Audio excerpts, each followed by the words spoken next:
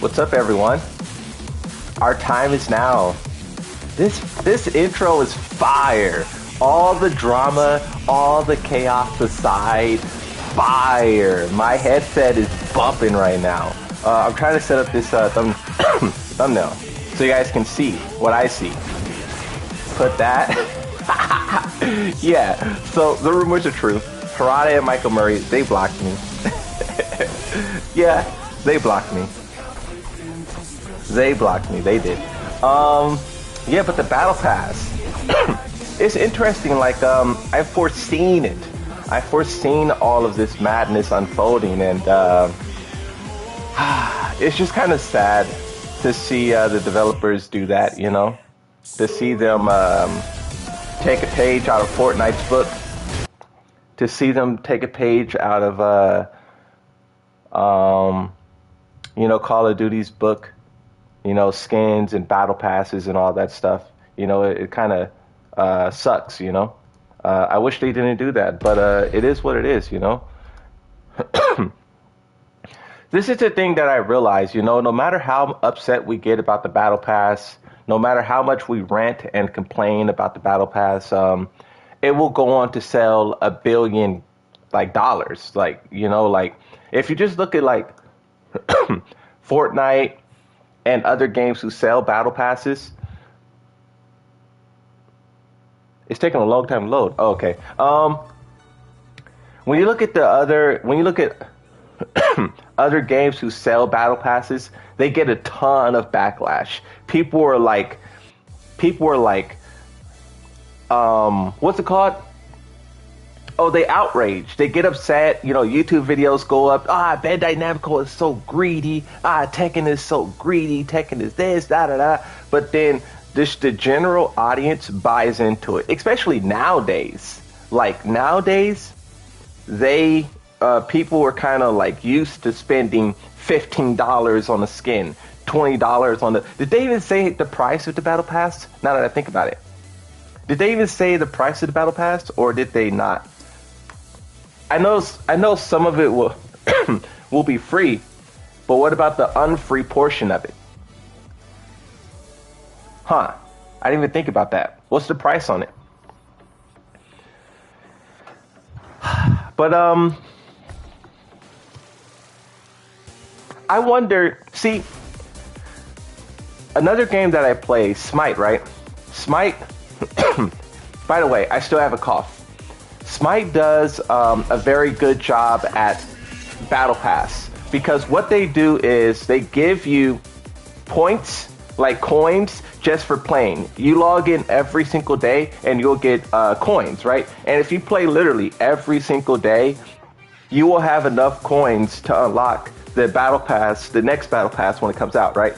So, and that's kind of what I do. I don't spend any money. I just play the game every day. I play it every day because I love it. So if, like, the people who play Tekken 8 every day, if they implemented that same model, you would have enough for the Battle Pass. Because it works in two ways, right? The people who are too cheap and broke and angry to buy, to spend money, you can at least keep them playing the game every single day. But then the people who are, you know, who don't care and they just want to spend money, then they spend money and they don't play the game every day. So that model that Smite does works in two instances, like two separate ways it works. But Tekken's not doing that. They're just simply going the route of like, give me money. Give me money, money now. You guys know that meme?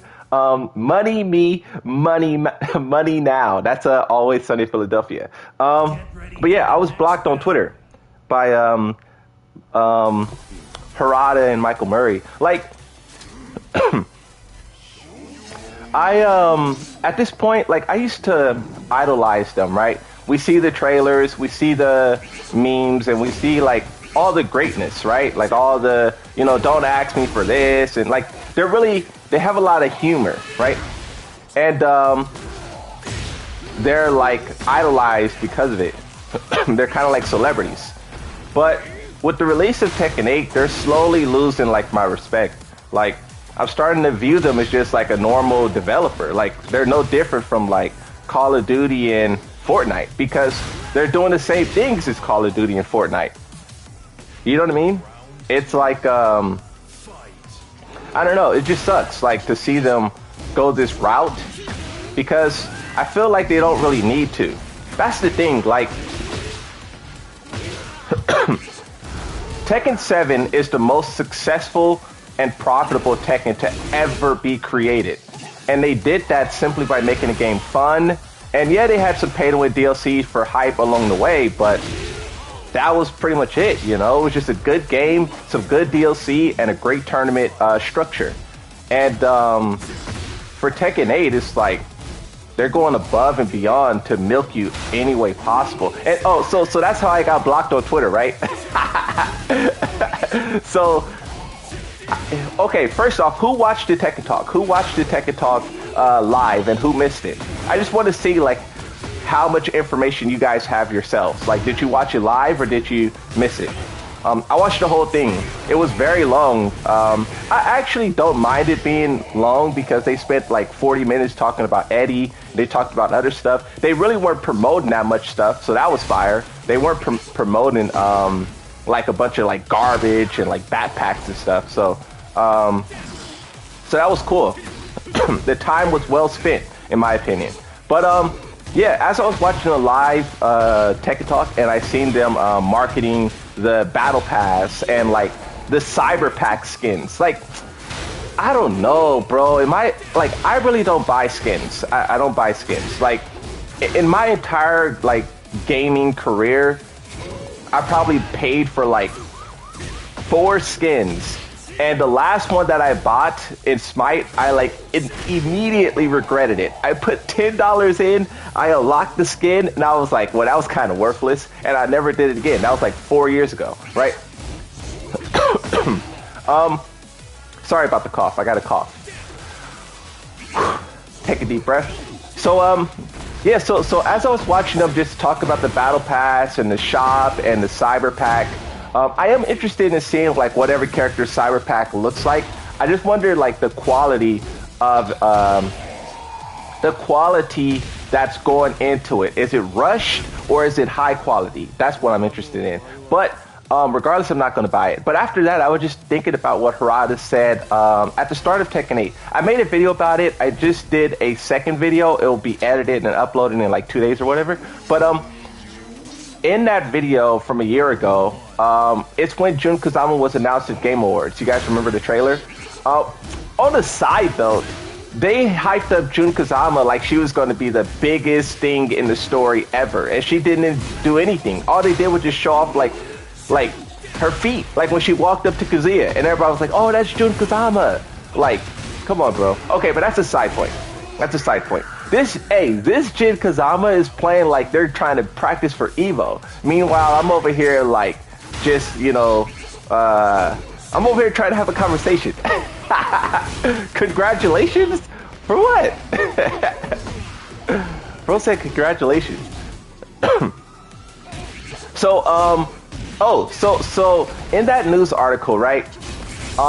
They were talking about, they spent the majority of the news article talking about like Jin Kazama, Jin, you know, Kazuya. They were kind of hinting at the death of Heihachi a little bit, but of course not like confirming anything. But then at the very end of the news article, they started to talk about, or the IGN interviewer asked Harada, what character would you throw into a volcano? Like, are you going to do that in Tekken 8, right? Because that's like the iconic thing. Throw someone into a volcano, everyone, you know, cheers. And they kind of did that in Kazuya's ending. He threw Jin into the river. Bro, this Jin player is going crazy. I'm like, bro.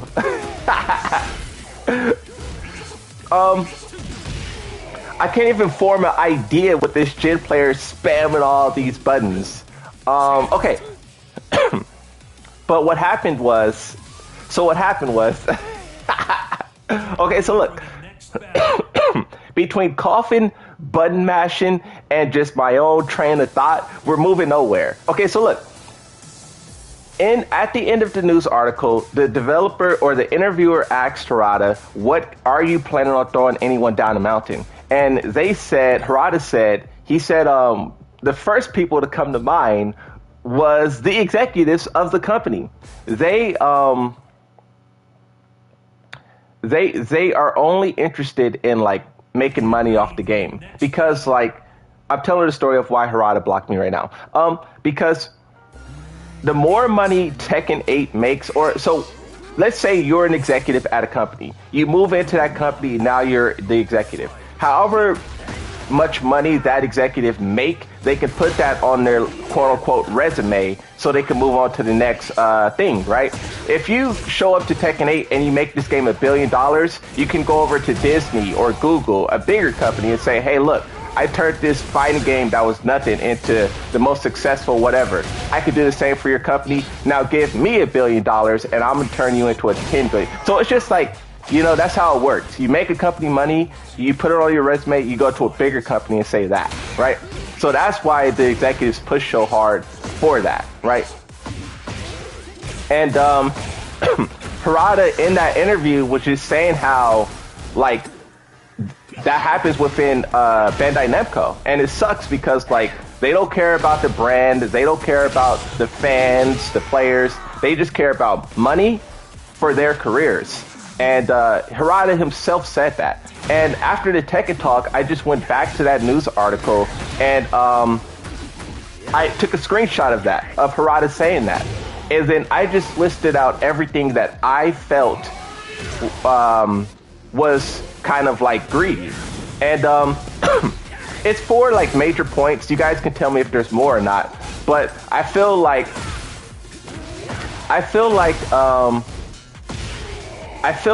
the collector's edition, the ultimate edition, the deluxe edition, all of that stuff was just overpriced. Like it was overpriced, $100, $200, $300. The collector's was like $400, and there was nothing in there. It was like the most bare minimum, like low effort thing I ever seen in my life. And even at this, when it was announced, players already felt like that was scummy, you know. And then also too, this is something that players don't really talk about, but also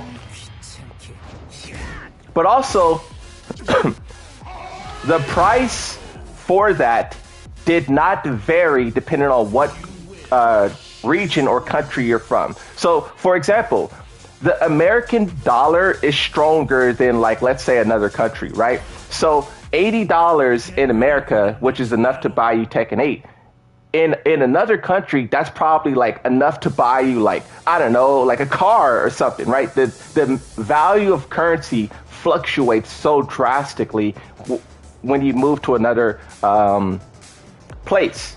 And most companies, they compensate for that. They say, in America, you give us $80 in American currency.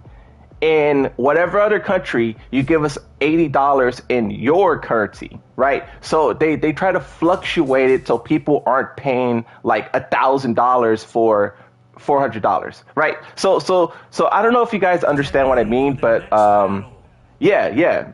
In India, $80, you can pay rent. Yeah, exactly. That person knows exactly what I'm talking about. Like, it's other games try to accommodate that and fluctuate the value, but Tekken 8 didn't. Tekken 8 just said, screw it, you know, pay us money and who cares, right? Why did Harada block you? I'm telling the story right now.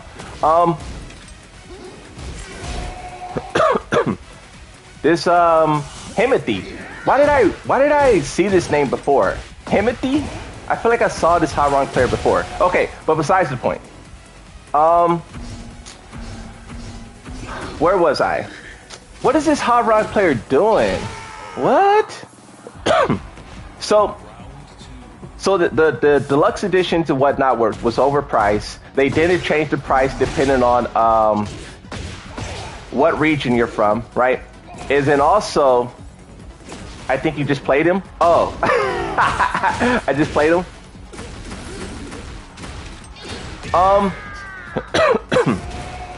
Get well soon. Yeah, I got breathing problems at this time of the year, you know. Who else has that? Where, like, when the weather changed, the conditions change, you struggle to breathe, you know? So that's kind of what I have. as much as I'm coughing right now, I do the same amount of coughing in YouTube videos, but I just have to like edit out the coughs, you know. But it's fine though, you know. You live with it, you battle through it, and you survive. But yeah. So that's one thing that they didn't do, right? They didn't properly put the prices for the base game. But then the second thing that they did is just the skins. Skins in general, in my opinion, like, it's kind of scummy. And yes, they didn't go the route of Fortnite where it's like 10, 15 bucks, even Street Fighter, right? But they still charge $4, and you got to pay $5 to spend $4, which is scummy. And then like all of the different prices is like, it's just so like, why is it takes so much effort to explain how trash they are, and that's the whole reason I made the tweet, which led to me getting blocked. Like, bro, like, that's how frustrating it is. They really put time and effort into making it all as difficult, as annoying as possible, and I was simply saying that. Harada said it himself. Harada literally said it himself, like, the executives only care about milking the game. And I just put two and two together. Harada's statement and all the foolery they're doing. And then they block me? How you block me? I'm like, it's your quote. It's your quote. I'm just bringing it back. Like, what? That is wild. It sucks too, because Tekken is so fun. This franchise is so fun. Everyone, spam how many years you've been playing this game. I've been playing this game for like 15 years or something like that. Like, I put so much time into this because I love the franchise, and just to see it turn into something that was like respected, and now it's like, oh, just give us money, give us money, give us money. It just sucks. It's unnecessary.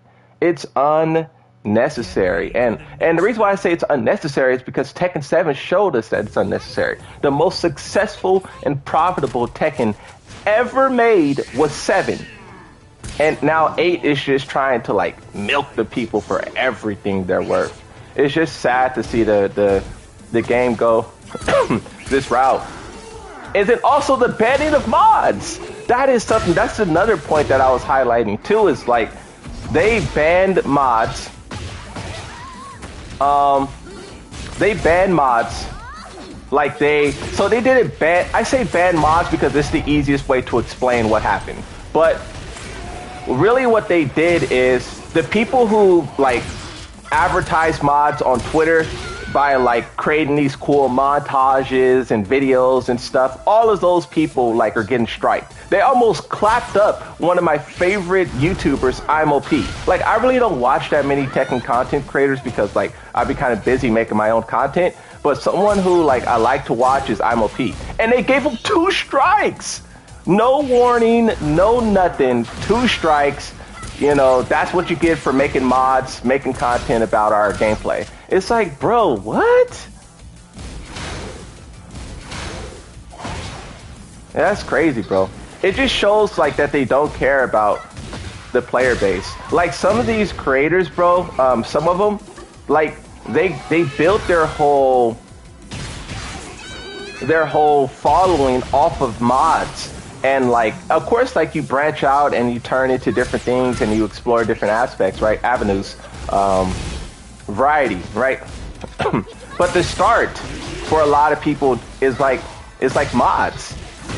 And the fact that they like are killing that, and it's just absurd, you know. I just find it to be very bad.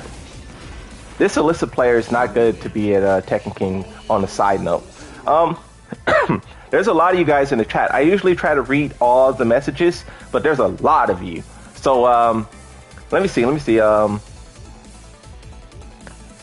guys are saying. There's a lot of you. I don't even know where to start. For those of you who are just showing up, I'm explaining the reasons why Harada blocked me, because they blocked me because I was simply criticizing their practices. Like, that's it. I was criticizing them, and they didn't like that. clickbait title brought people here. What do you mean? What? What do you mean? I really got blocked by Harada and Michael Murray. And there is Tekken, whatever. I'm not looking at the, I look at the chat for 1 second and this is what I see. I mean, you know, it's whatever. But, what would you do if they ban your Tekken account? I mean, if they did that, I think players, if they did that, it wouldn't be really about what I would do. I think it would be more so about what you guys should do. Because if they did that, it would show a serious level of like greed and like corruption. And it kind of already does that for mods. Like mods, I don't know if I'm the only one who takes that seriously, bro. Being in the cross lines and almost losing my channel, because I almost lost it before. So I know how that feels, right? So it's like, I look at that and I'm like, bro, that's jacked up, you know? Like, I know that feeling. So if they did that, I think players should really like riot. They should not let it go. And there's bigger content creators who can be like making, you know. See, here's the thing that sucks about Tekken. Oh my God, this is the thing that I really just don't like is like Tekken. Some of the biggest content creators is like best friends with the developers. So we can never really get them to actually criticize the game because their best friend is Harada. Every time Harada shows up to a tournament, if you see on Twitter, they all go out to eat. They're eating at like a 5-star restaurant. They're like best friends. So we can never like they will never criticize them for that reason. And they get away with all of this garbage. In other and then other ones, they're like commentators, right? They like part-time commentators. You know, the Tekken World Tour is going to show up. You know, so it's like I just feel like there's a lot of people who either don't say something because they're friends or because they got to fix that, bro. Or because they like commentate or something, or they want like early access or something. So I don't know. I feel like yeah, I love Frame Whisper. Even before, like, Frame Whisper, like, so there's I don't want to turn this into, like, a me versus, like, content creators kind of thing, but it kind of is. Like, you know, like, when you see someone lose their whole channel and you don't even say anything about it, that's kind of messed up, you know? Like, you should at least put out a tweet or something, because, like, it could be you. It's one step away from being you. You may not see it that way, but it is. This whole situation just shows like where their true intentions lie in a way. Like they don't care. Like also too, bro, you can put the whole no rip, no buy situation. It goes so deep. No rip, no buy. Like Rip is arguably one of the best commentators. I know some people like Tasty Steve or Mark Man. Eris was my favorite back in the day, but it's like Rip has done a lot, you know, like some of the memes and moments that Rip has, you know, created while commentating is legendary. And for them to be like trying to push him out, that's also just shows like no loyalty there. Like, that's what I'm saying is like people feel like, oh, they would never do that to me until it happens. And it's like, that's why when someone else, and I'm not saying all of this because honestly, I could care less about Harada and Michael Murray blocking me. I think it's just funny that they blocked me because I was like using their own words against them. Like, that's why I think it's funny. But, no, it's like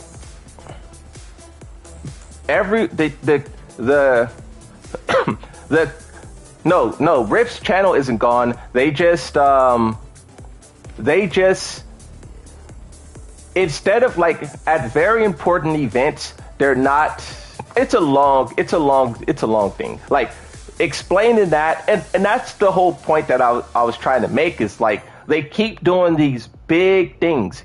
This thing here, this thing there, this thing there. They keep doing these big things and no one's talking about it. No one's not even like saying anything. And Bandai Namco is just constantly getting away with like trash. And it's like, when will people, like, when will the content creators and whatnot say like, bro, you guys got to stop, bro. Like, when? I don't know. Who here is how can I say? Who here has bought something from the shop or is interested in buying something from the shop? Like when your character gets, you know, the Tekken 3 outfit, are you pulling out your wallet? Me personally, I never really like buy into skins. Like I said before, I don't buy skins. But if you buy skins, you know, I don't blame you or anything. You know, I don't knock you for that. Like, you know, I understand. But at the same time, I just feel like for me, it's not the best value for my money. Like I can go, you know, giving my money to like a hot tub streamer would be more entertaining than buying a skin. That's just how I feel. Like you could do so much other things. If you want to throw away $10, you could throw it away anywhere, you know? And it's like, for that, I just feel like it's not worth it, you know? I could think of countless ways to spend $10, you know? So that's just me personally, you know? But if you buy it, you know, I'm not hating on you or anything. I just think it's because see, here's the thing, right? And this is kind of what I was saying at the start is like, no matter how upset we get, right? We can sit in this live stream all day and huff and puff, and the skins, the battle pass will still go on to sell $1 billion. Because so. An example that I use is like Call of Duty, right? Call of Duty, yikes. Call of Duty, they got into a lot of trouble at times for putting skins and stuff into the game and battle passes and stuff into the game.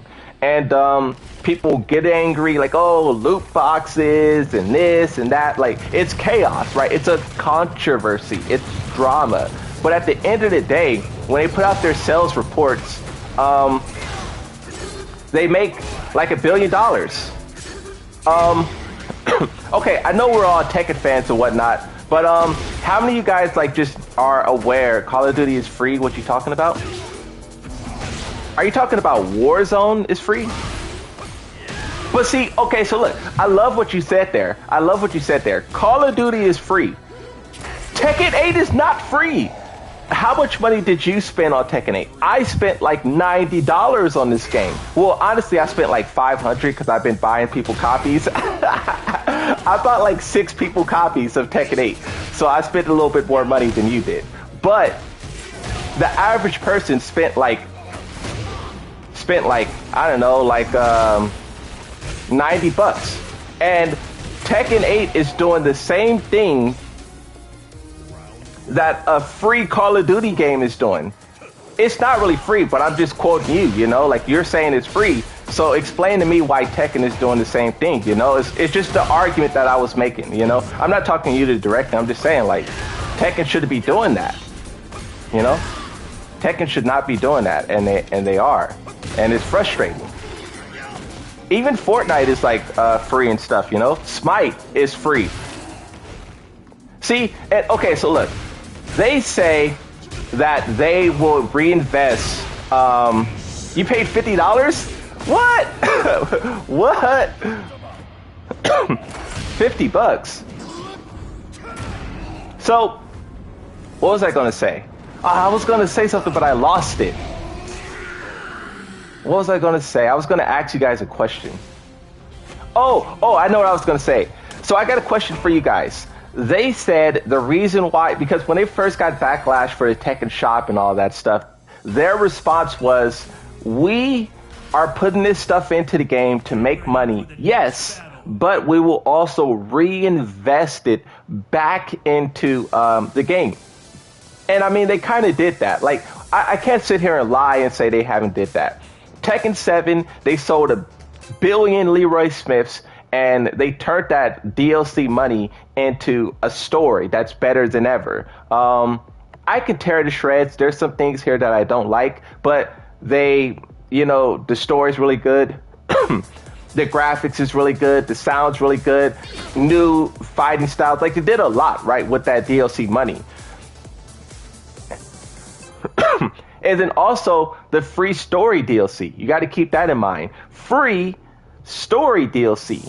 Mortal Kombat charges for their story DLC. So I'm not saying that they haven't reinvested some of that, but the question that I ask you is, do you believe that that's honestly what they're doing? They're making money off the shop, the skins, the battle pass, and they're gonna reinvest it into the game. In my opinion, bro, I think not. I think there's no way you can reinvest that much money. Like, once again, let's use Call of Duty or something, for example. And I just use Call of Duty because that's the best example, right? But there's other games who do it as well. Assassin's Creed, Fortnite, Overwatch. There's so many. Multiverses also had a battle pass. There's a lot of people. There's a lot of games that do it. Everyone does it, right? But what was I saying? Subscribe? Hey, thank you. I appreciate it. Yeah, I don't know. I just wonder, like, will they actually, okay, so look. We're all, okay. Let me get a show of hands. Who here is angry? Who's angry and who's not angry? If we're all sitting here angry right now, right? We're disappointed. But if, let's say in like a year, they announce Tekken Force and it's like real deal, like how we envision it, then that would be pretty cool. But it just seems like right now it just seems like they're just milking the game for all it's worth. And they're not really taking it all. Like, bro, mods, I'm only disappointed. Yeah, disappointed is a better word. Not angry. Not angry. If you're angry, that was a trap. If you're angry, you need to take a walk. You know, take a lap. Take a lap. See you in 5 minutes. But yeah, I would say, why are you disappointed? Well, I mean, we kind of been talking about it the whole time, like the no rip, no buy situation, the mods being banned, you know, someone lost their channel, right? That's kind of jacked up. I am really angry.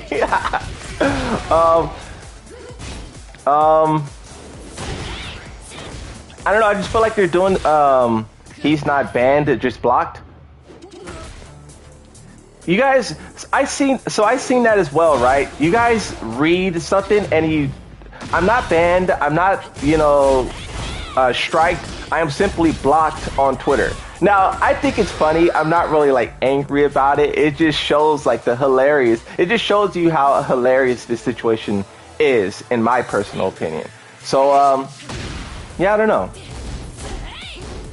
I'm angry a bit because I miss costumes. You know what? You know what's something that sucks though? You know what's something that's kind of trash? So,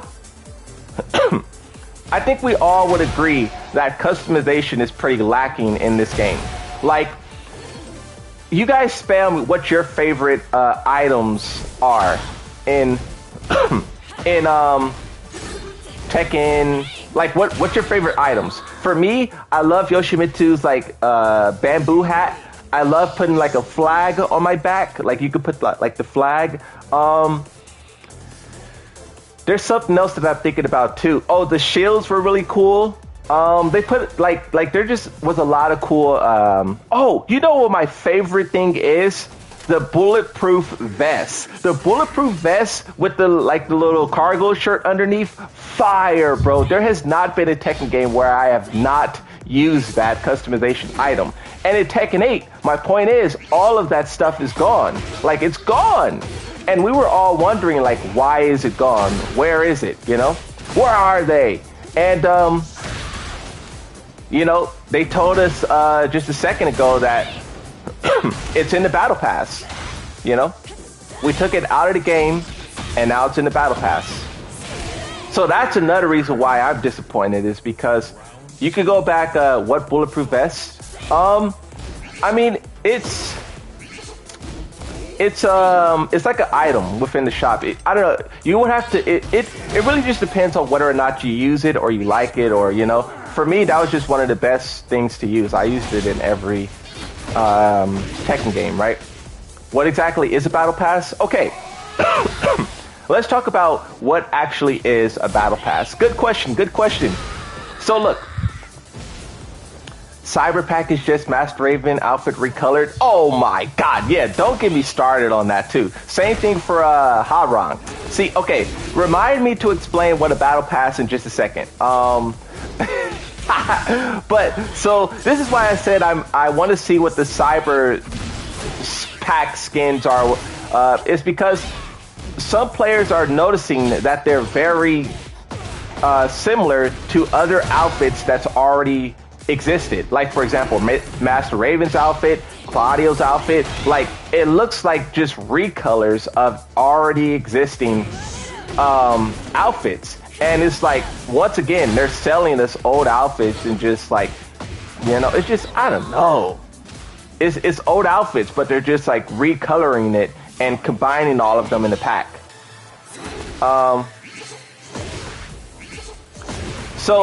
Okay, so look. What is a battle pass? A battle pass, so it's like a timed thing. A battle pass usually, it varies. It could either last like 50 days, it could last 30 days, it could last 90 days. So you have a certain amount of days to unlock everything within the pass. After that time limit, it ends and usually a new one begins. So that's step one, right? It's you have a certain amount of time to unlock everything. And if you don't do it, you can't do it. It's gone. But see, now in the battle pass, they have different tiers. Once again, it varies, right? The 10 tiers, 100 tiers, whatever. But you first off, you can pay to like unlock it. They do have a free portion of it, but the free portion of it kind of sucks, right? So you pay to unlock the good portion of it, and then from that point, you just you unlock like outfits or like, let's say, so this Yoshimitsu outfit, right? The headpiece, the thing on my back, the sword, the shoes, the pants. Imagine all of these things being spread across a battle pass. You have to go one by one and unlock all of it. The sword is level 1, the outfit is level 2, the back thing is level 3. Like, so that's what they do. They spread across all of this stuff over, you know, like 100 levels, right? 100 levels to unlock all of this stuff. And you have 30 days to do it. And if you don't, it's gone. But see, here's the other part of it. You can also pay to unlock everything. Oh, you know, I'm not going to grind for 30 days. Let me just pull out my wallet and pay $20. Now I just unlocked, like, so first you have to buy it, but then you can pay more money to unlock more levels. $20 for, I'm just throwing out numbers to give you an idea, but let's say $20 for 50 levels. So if you want to buy all 100, it's $40. That's what they're doing. And that's why it's, someone said, why is it disappointing? That's why it's disappointing. Because in Tekken 7, Tag 2, and Tekken 6, it was free. Now it's in some like limited time, give us money battle pass. And I mean, if you don't see what's wrong with that, then I mean, I don't know what to tell you, you know, like to each their own. But in my opinion, that is crappy behavior. That is crazy to do that. But see, Tekken isn't doing anything new here, right? Other games do this all the time. Other games, they do this all the time, you know. Call of Duty, Fortnite, Overwatch is the one who started it. They invented the battle pass, right? Well, actually, let me take that back. They didn't invent the battle pass. They just brought it over from the mobile market. All of this stuff comes from like who here plays mobile games? Let's say you play like a Clash of Clans, or you play like a, was it Bejeweled or something? I don't know the names of them. Who here plays a mobile game? And I'm not knocking you. Like, some people do it, like, you know, let's say you know, on your lunch break or whatever, right? You're on a train home from work or something. Like, I'm not knocking you, I'm just asking. Brawl Stars, is that one of them? Marvel Snap? KOF All-Stars? Oh my god. Subway Surfers? Okay, that was kind of legendary. Dokkan Battle? What? You guys are naming some stuff I never even heard of. But that's how it is with the mobile games. Like, there's some stuff you ain't never even heard of. Clash Royale, yeah, I heard that one. That's a big one. Sonic Dash, Genshin Impact? That's a mobile game? Fire Emblem Heroes, FGO. Yeah, so all of these are kind of like strategies that came over from like the mobile era of video games, and you know, full price games just started to copy it. They started to do it, and it just sucks, you know. It just sucks. Marvel Contest Champions. That is crazy.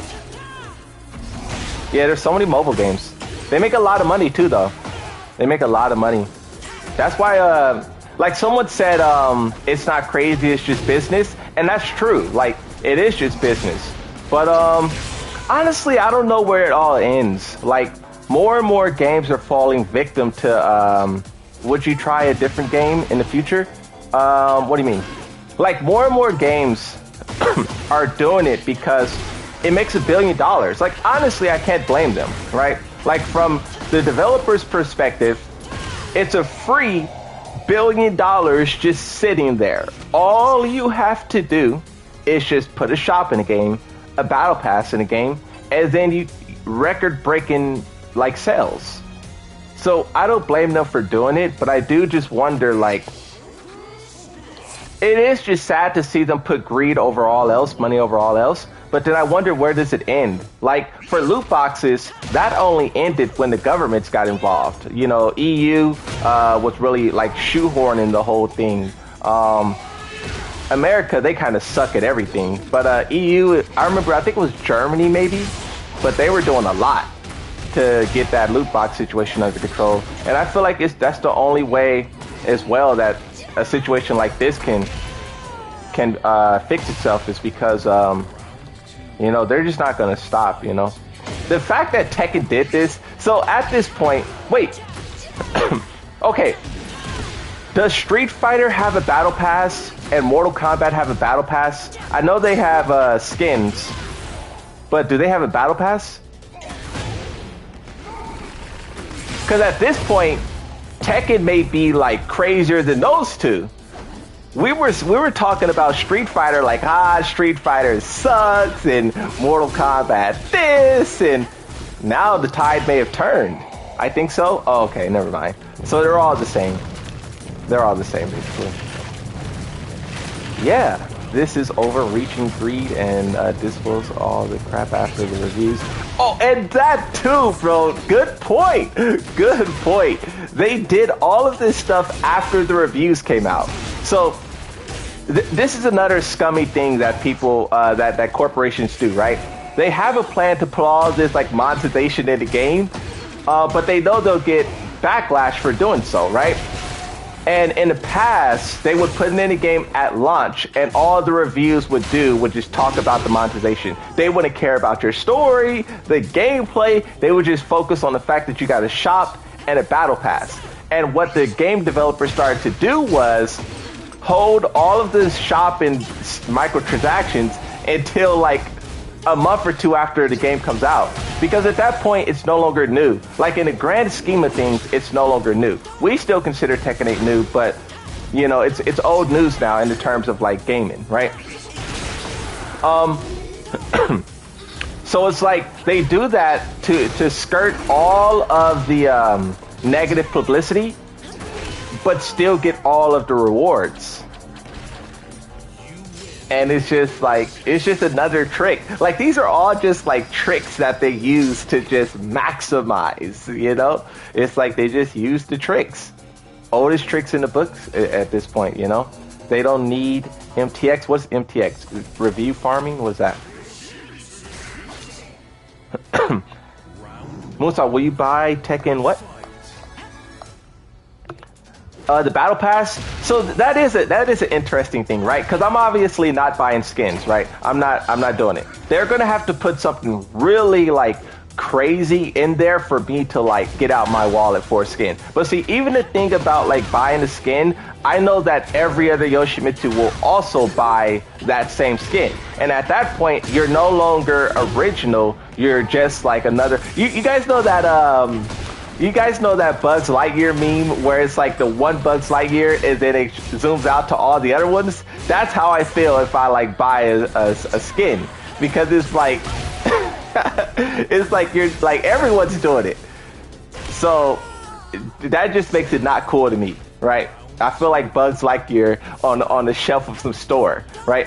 But a battle pass is different because, especially for Tekken, because it's customization items. You can take that one hair piece, like they showed off a mohawk, right? You can take that mohawk and you can color it 20 different ways, and it's like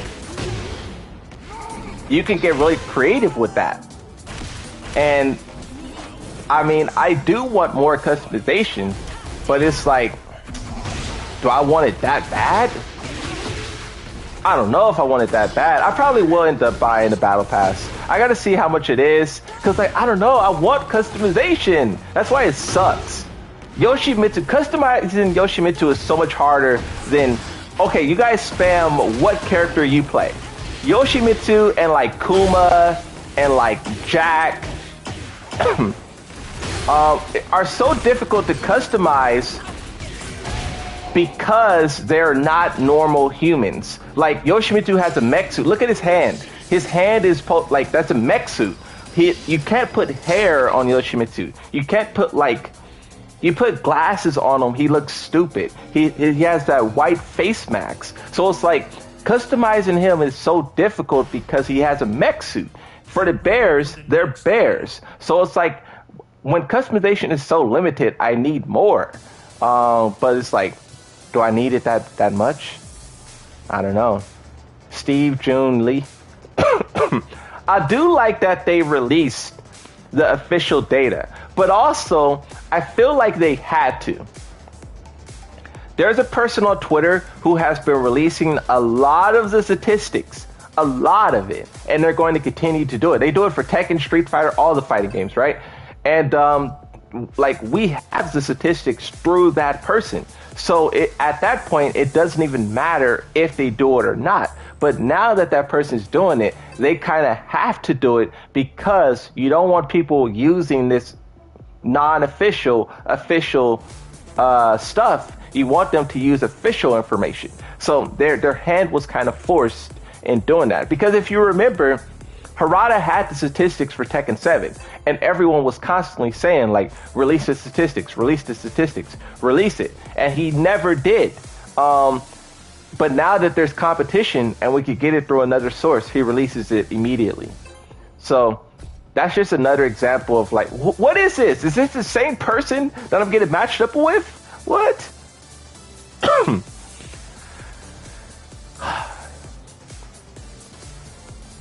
Deep breath, breathe, you know? So, yeah, I don't know. It's cool that they released it, but it's like,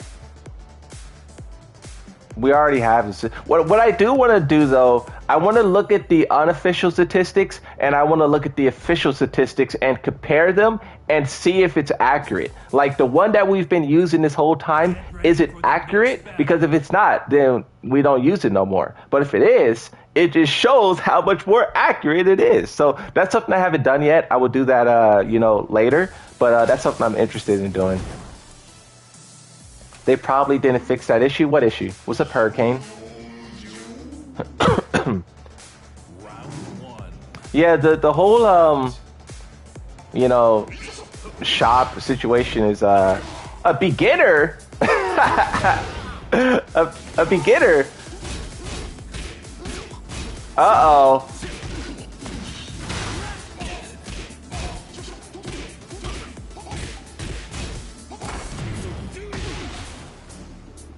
Come on, bro. Block. I'm counting on you.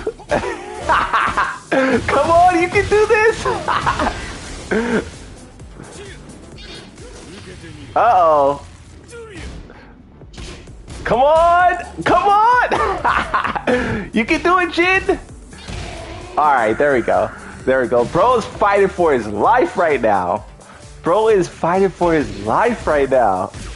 Let's see if he can escape. Oh, okay, okay, okay, okay. What's a good bait that I could do to just be like... Yeah, this Jin Kazama. This Jin Kazama just bought the game after hearing about the... He's learning? Yeah, I love it. You know?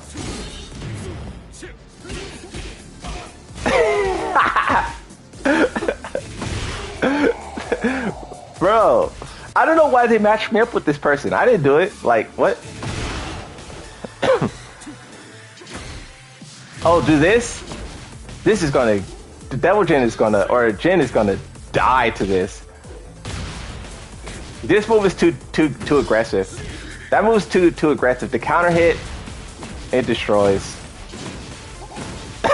The rage art. How are people zombies for buying it? What do you mean? So I gotta keep saying, right? Yeah, see, that move is killing Jin. Uh-oh.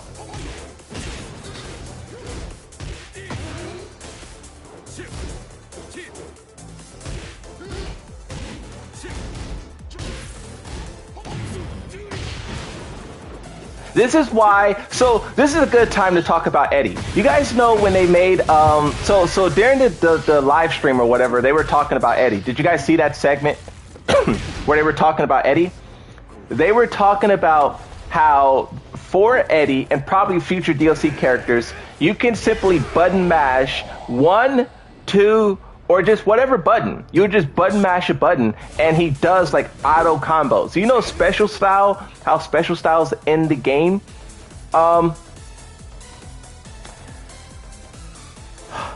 They're making Eddie like a always in special style kind of thing where you literally, they said like you just press it. Like the guy who was demonstrating it, he had his hand like up. He was like scratching his face or something. And he was just pressing like 1 or 2, whatever. I don't know which button he was pressing. But he had one hand off the controller and was pressing the controller. And he was doing full-blown combos. He was literally doing like a full-blown... Like, I'm going to do a combo right now. Oh. Imagine if I'm just pressing like 1 the whole time. That's what he was doing. He was scratching his face and he was just pressing 1 button. That is what they did to Eddie. And they're probably going to do that with all the other DLC. And that Jin player is why. Imagine fighting that Jin player when they could just do combos like that. It's like Dragon Ball Z. Is it that Dragon Ball Z fighters where the combos is just like 1, 1, 1, 1, 1 over and over again? I think it's Dragon Ball Z Fighters that does that. But it's like, that's what this game is becoming. That's what fighting games... See, it's like suffering from success, you know? When fighting games was only hardcore and it was only like, whatever, it was like, it was difficult. It was a real challenge to play the game. But now it's just like, there's a lot of new players, which I love that there's new players here. Like, they see that the game is entertaining and exciting, and they want to play. But, they can't play. And the game, instead of trying to teach them and help them, they're just, like, giving them power. They're just saying, like, you know, button mash, don't worry about learning the game, and, you can win. And I wonder... what's that going to do in the long run for fighting games? Like, see, this is the thing, right? All of this stuff that they're currently doing, is new. The Tekken talk, the battle pass, the shop skins, all of it is new. And we'll see how it pans out in a couple of years. And we'll see whether or not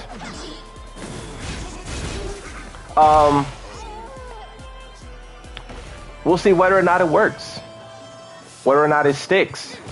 Like if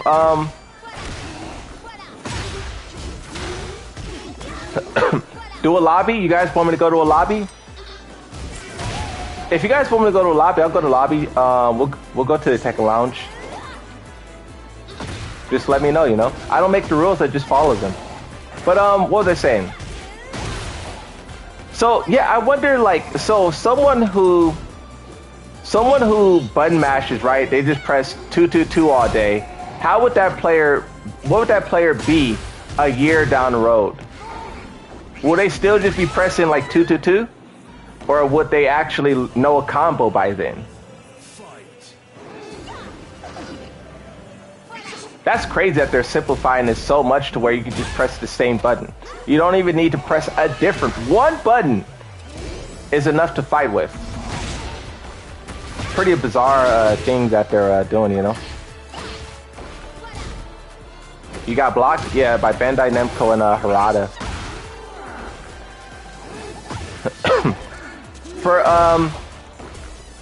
for their tweet.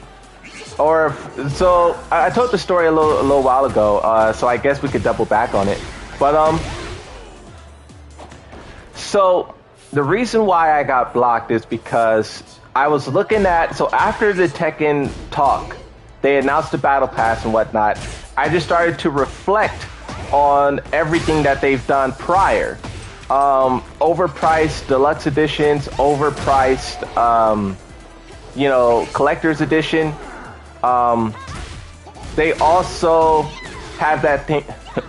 They also have that thing where they were saying, like, if you want the DLC 3 days early, you can pay like $40 and get it early. That's crazy to me. Like, how is that even like a thing you can say? Like, if you want to play Eddie early, 3 days early, by the way, give them $40. And it's like, make that make sense. So there's 4 DLC characters, $40, that's $10 a character. For 3 days. That's worse than buying. So you remember back in the Tekken beta or whatever, when people were paying for codes off eBay? That's like the same idea. That's the same idea.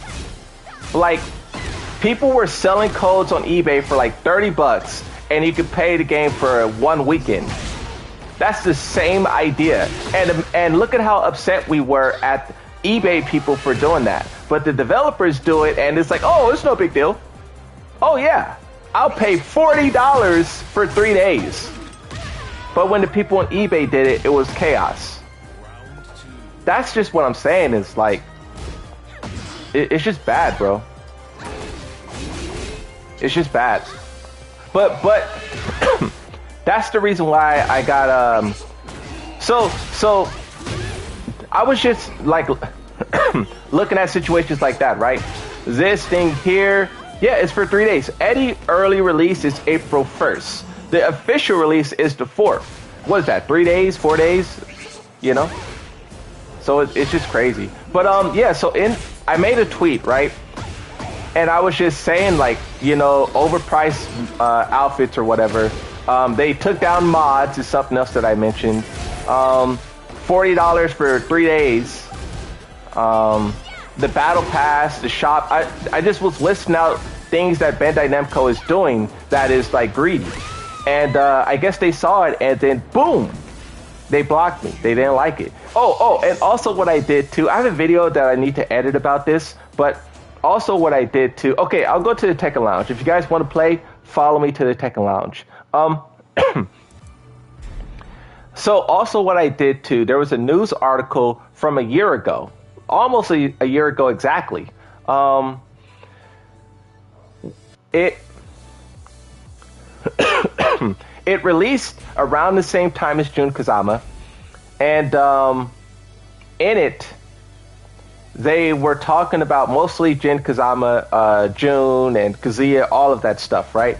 But at the very end of it, the interviewer asked Harada, if you could throw someone off a cliff, who would you throw off a cliff? And he basically said, oh, we're in lobby America 109. So that's where I'm at. You know, form a line. Oh, there's one person. What's up, Yoshi Dripsu? So, Yeah, so I basically, so in that news article, Harada said that the executives at Bandai Namco are only interested in milking the game.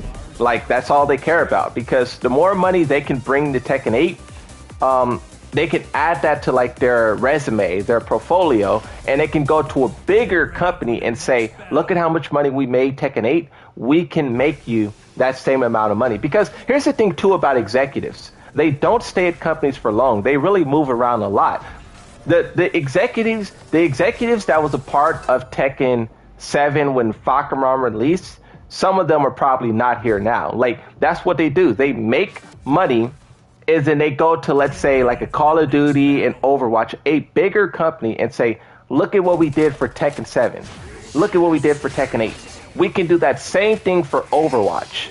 And they just keep moving up to bigger and bigger games and franchises and movies and stuff. And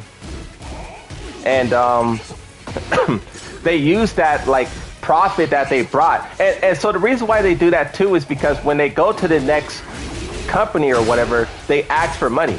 They say, you know, give us $3 million a year, and you know, I'll make your game just as successful as I made Tekken 7. That's what they do.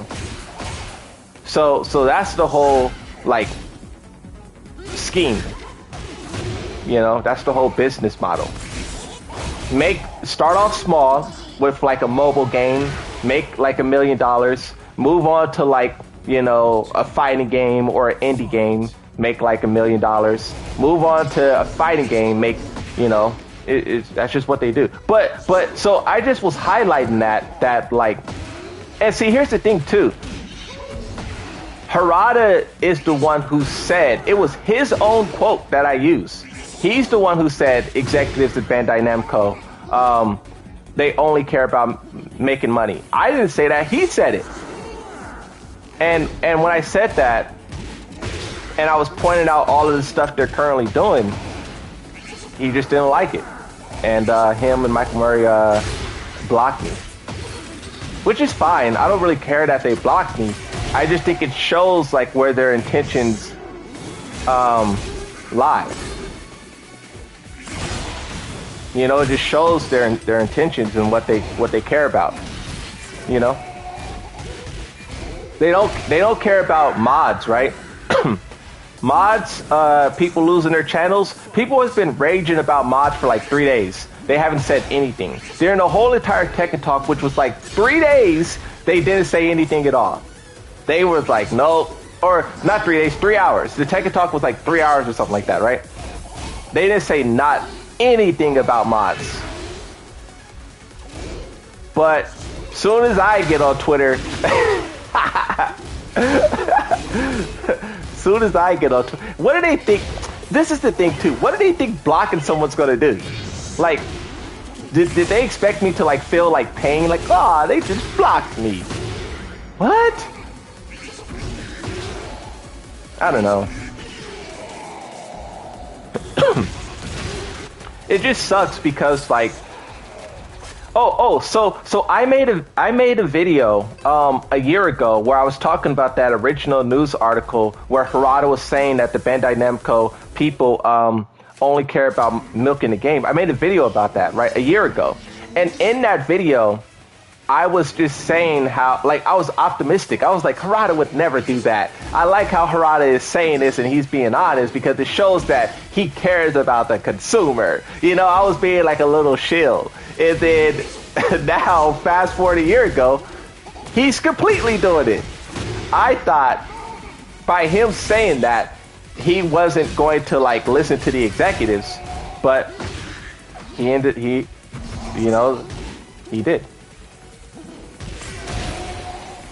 You know, but that's why. So I'm making another video, like a follow-up, like a part 2, because it really is like a part 2. Like, you have the first video where Harada says it, and then you have the second video where we can see it like happen. So I need to edit that after the live stream, but it's just so fascinating, you know, like what they're doing, you know. Yeah, I like money. Mr. Krabs, yeah. They're Mr. Krabs. I don't know, it sucks. I have to keep saying that Tekken 7 was the most successful and profitable Tekken ever made. And they did it without doing all of this garbage. Yes, it was pay to win DLC. That was very obnoxious. Okay, quick question. Because I get a lot of pushback when I say that. Who here feels like Tekken 7's DLC was not pay to win? Not pay to win. When I say Tekken 7's DLC pay to win, people will be like, no, it's not. No, it's not. I feel like it definitely is. I feel like it's definitely is. Like Leroy Smith, Fakamram, Zafina, Ganryu, Geese Howard, Marduk, Julia, Anna. Nah, Anna wasn't. Anna was like online busted. She wasn't like tournament busted. She was like online busted. Same thing with Negan. Negan was an online killer. Look at his statistics. Look at his win rate. He was an online killer. So it's like, I don't know. That's just, it is what it is, you know? And see, bro, I'm like a prophet. I'm like a prophet. Like, back when they first were talking about how mods is this and mods is that, like 2 years ago, right? I talked about it in like a video that I made, like, I don't know, a couple of days ago. But I was, okay. So a video that I made like 2 years ago, Harada was talking about Elden Ring, like an Elden Ring mod for Tekken, and how he doesn't like it. He doesn't say anything because he wants us to have fun, but he kind of like, it's not supposed to exist. And at the time, I was saying that mods probably will be banned in Tekken 8. Like, especially because at the time, right, there was a lot of people who were pushing for skins to be in the game. Like, I remember Little Majin was the first time that I think I made a video about the subject. I love Little Majin, by the way, right? Little Majin's the GOAT. But I'm just saying, Little Majin made a tweet where he said, if they put King's Tekken, like, I think it was 4 outfit in the game, he said, I would be willing to pay $30 for this outfit. That's literally what Little Majin said. And I looked at that tweet, and I just made like a 15-minute video just like angry. I was like, how could Little Majin say this? This is not what we need. This is bad. I can't believe it. Like, I was heartbroken that Little Majin said that. Like, it was crazy. And like, a lot of people wanted skins to be in a game, but like, now they're here, you know, and this is just the start of it too, you know. This is just the start of it. Yeah, that was crazy, bro. Lil Majin really, I think he said like $20 or $30, but still, that's what people were upset about for. Now, of course, like, Lil Majin was just like trolling with that, you know. They were just like, you know, putting a little extra on it, but still, bro, you don't want to put that kind of idea out there, you know. But yeah, I don't know. I'm interested to see how this all pans out. You know, we're disappointed today, but who knows? Maybe tomorrow's we're all consumers. We all got our wallets out, and you know, I think the battle pass, bro. I really might get it. Like, see, that's the thing. I'm over here like ranting and huffing and puffing, but it's like, I feel so the outfits, I don't need the outfits. Like, who cares, right? An outfit, so what? That's just how I feel. Like, I understand, like, some people want, like, some people want the outfits because, like, oh, because he is Tekken 2, or, you know, Steve Fox Tekken 4. Like, I understand that. But for me,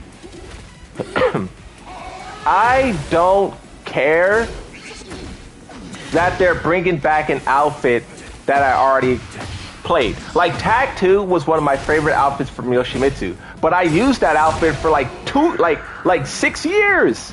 Like 6 years I used that outfit. I'm not interested in using that same outfit for another 6 years. You know, like that was a good thing that I experienced in the past. Now I'm ready to move forward, right? So it's like that's why I really don't purchase skins too, because is the title true? Yeah, the title's true. They blocked me. They blocked me, but I have a little bit of a cough for people who are just showing up. You know, it's that time of the year where, you know, I cough. The weather changes from like hot to cold or cold to hot. I don't know. It changes, and my body is struggling to adjust, and as a result, I have a cough. Maybe was it like allergy season or whatever people say? I don't know, but that's why I have a cough.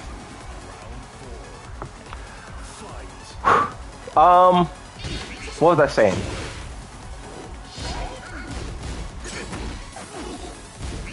Yeah, I don't know.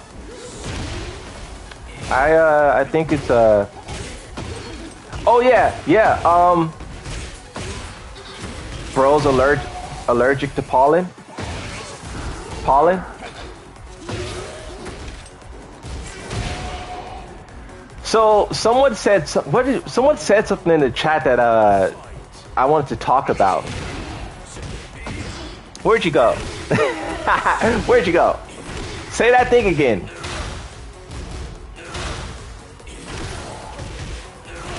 Bro, Dragonoff's crazy. Where'd that go? I'm looking for you. I'm looking for you. I mean, it already bought. Oh, someone said, yeah, you have no choice. What's up, Lucifer? That was Lucifer who said that. You have no choice when it comes to the battle pass, is how I feel. Because like, yeah, like a lot of characters are lacking like real customization. They have the same skirt in the game, but just 15 different colors. Like the female characters need new like, you know, trousers to wear. You know, the male characters have the same, you know, t-shirt 15 times. Yoshimitsu, he can't wear hair. So I just feel like for the customization, if I want to use anything other than this outfit right here, I need to get a battle pass. This was the only outfit that I can come up with that I was proud of.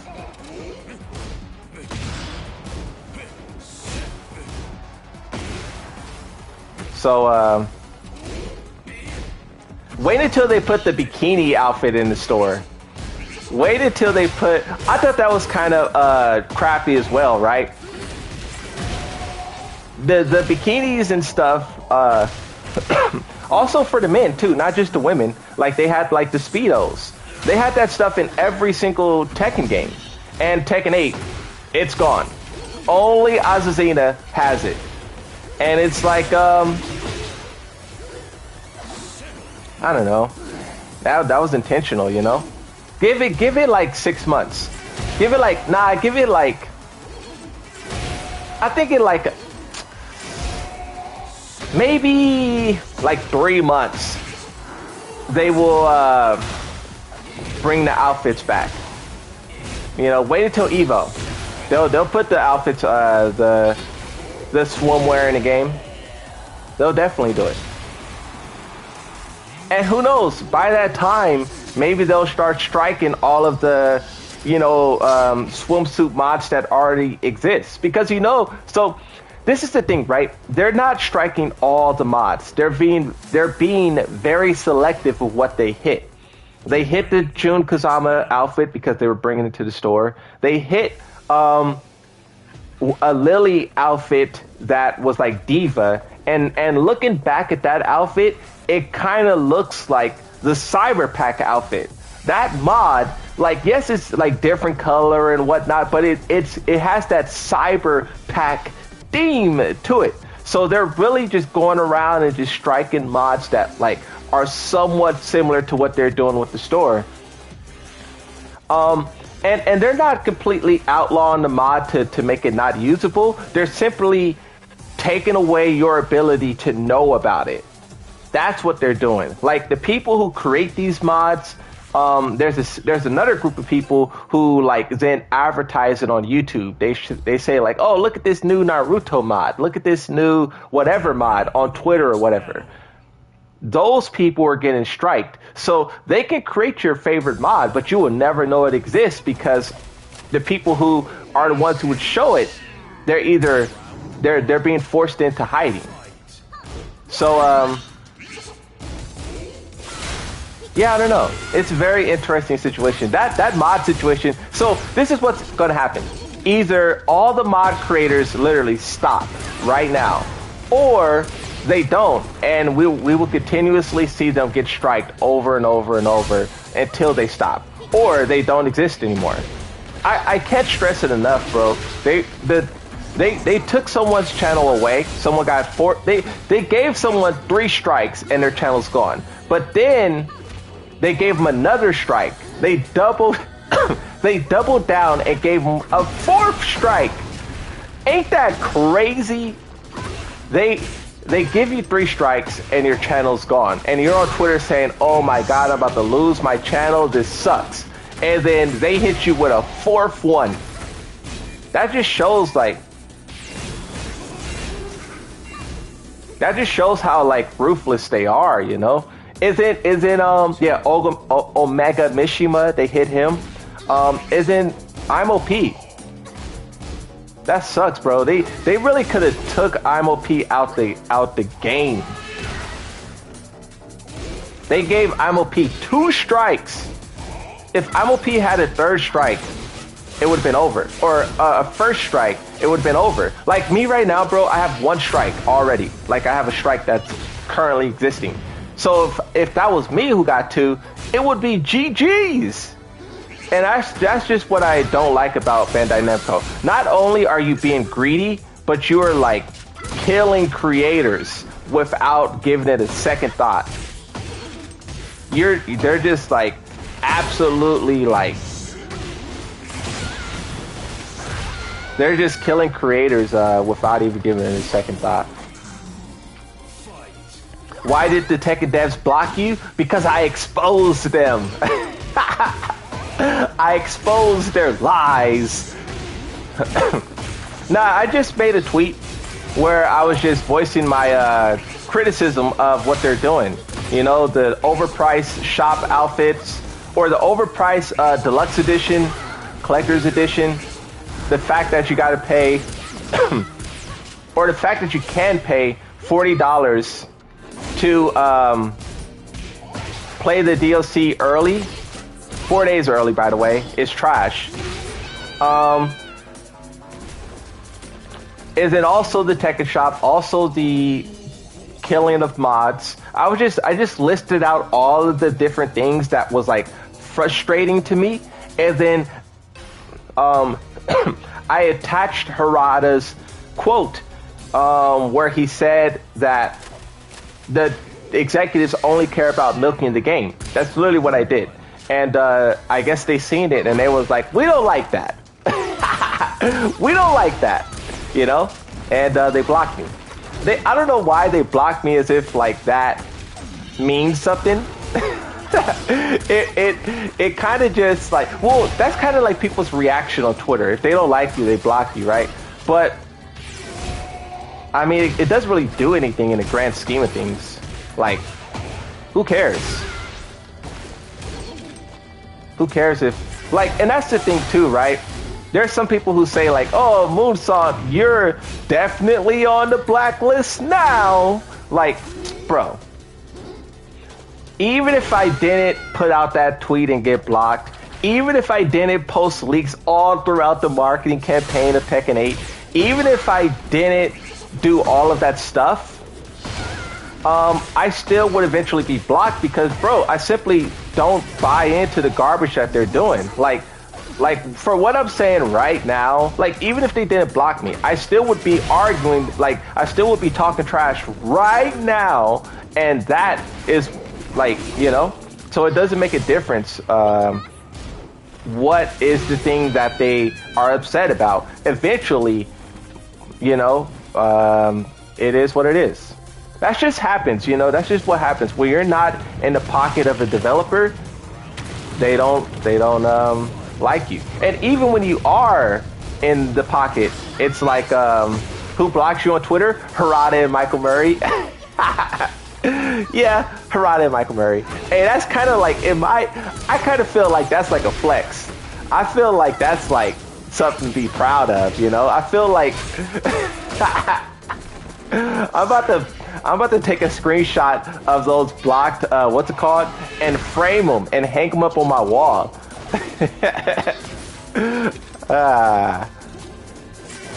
Yeah.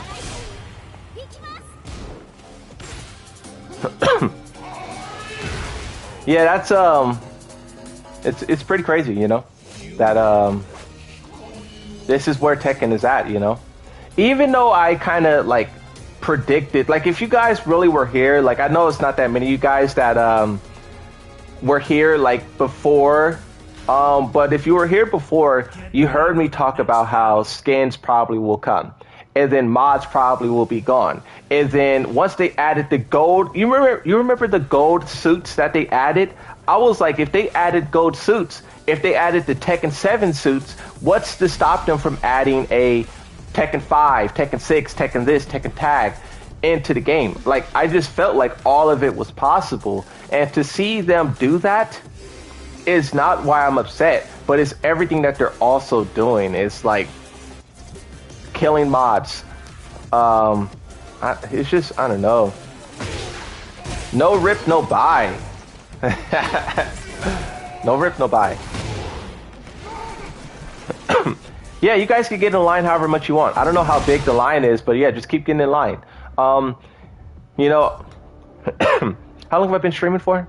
An hour and 22 minutes? Wow. It doesn't seem that long, but at the same time, it seems too long. The fact that Tekken... Oh, Herman became a member. Hey, I appreciate that, bro. Thank you. Appreciate the signing up to the membership, bro. Thank you. The fact that Tekken scripts sites are still up gets to show you priorities. Yeah, their priorities is all jacked up, you know. Their priorities is jacked up. The fact that plugging and stuff, like I know they said the plugger purgatory thing. You guys know what the plugger purgatory is? That's actually really cool. And once again, this is something that we were talking about. Like literally, someone commented on like a YouTube, like a YouTube video I made like a week ago, 2 weeks ago or something, and they were talking about it. They said, why don't they just have the pluggers fight against each other, right? I saw that and I was like, that's true, because bro, someone gifted five, bro, that's crazy. Hey, I appreciate that, KDOGG. You guys are supportive, you know. I appreciate that. That's fire. 5 gifted memberships. We gotta call them gifted memberships. This is YouTube. YouTube. Oh wow, this king. What? That king tried to kill me as I'm over here popping off about a gifted sub. This king tries like, oh, let me hit you with a chain throw. What? Bro wouldn't be a king player if they didn't try it, so I can't even hate. But okay, so what was I saying? Hey, I appreciate that, KDOGG and Hermans, thank you. Everyone, actually, all the members and donators and whatnot, right? So in GTA 5, I don't know if you guys played that game. I don't know if they still do it either. Maybe they don't do it anymore. But in that game, when people used to cheat, they would put a dunk hat. You know the dunk hat, the little white cone with the red dunk letters on it? They would put that on your head. Like there's no way for you to remove it from your character. Bad sport lobbies. Yeah, that's what it's called. They would put all the cheaters in the same lobby and they would all have those little hats on their heads. Oh my God, GTA was legendary for doing that.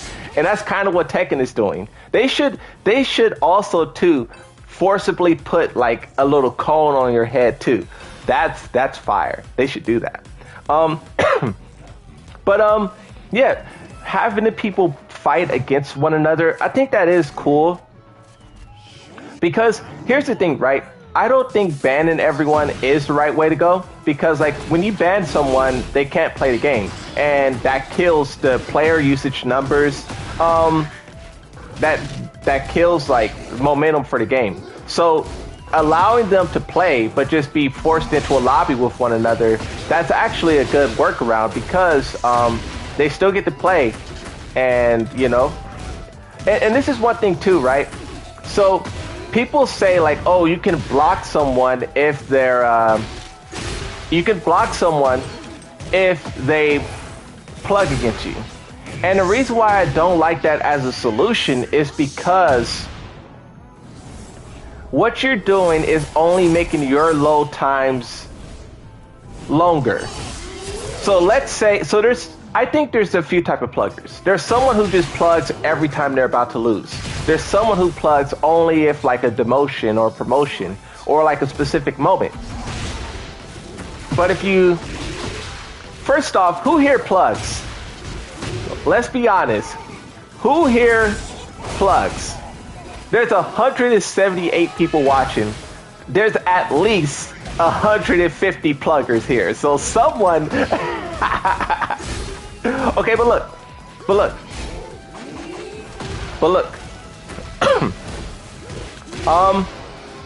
Basically, if you block all of them, you're just making your search times longer, is my point.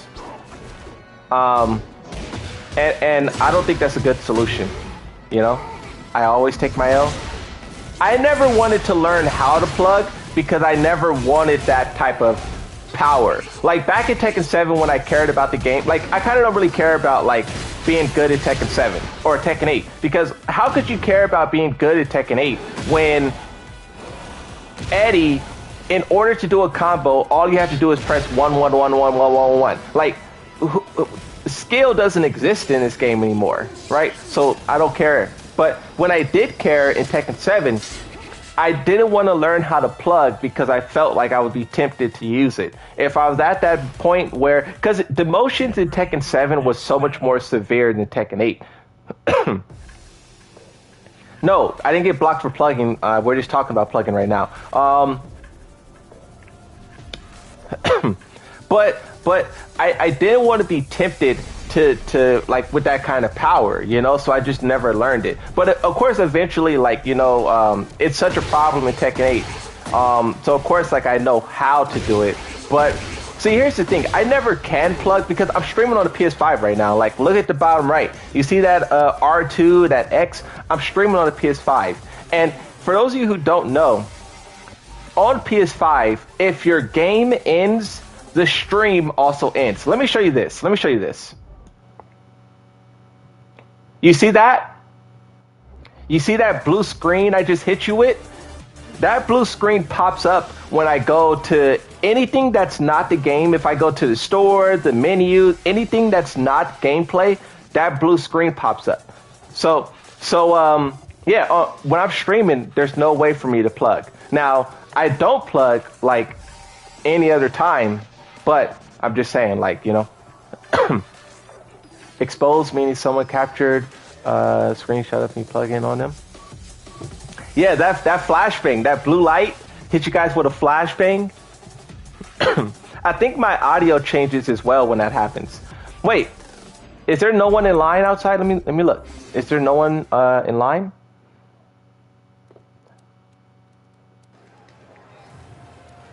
Oh, what's the hold up, gun? Why did you get blocked? So I got blocked because I don't want to tell the story like 1,000 times, but you know, I'll summarize it each and every time, you know.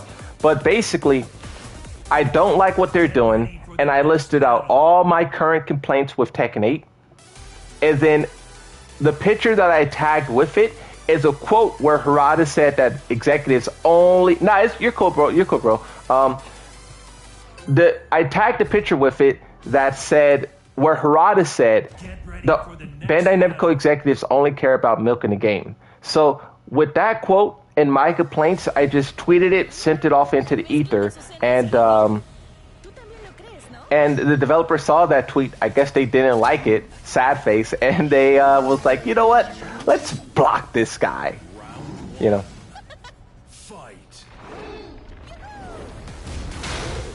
Yeah.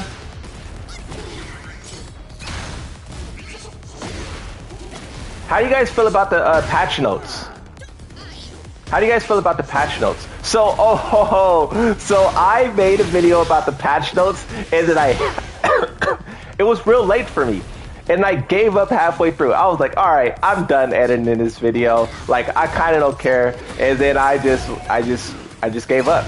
And there was a lot of people who was like, L content creator, this sucks, and you know, you suck, and it was really funny. And I took the video down, right? But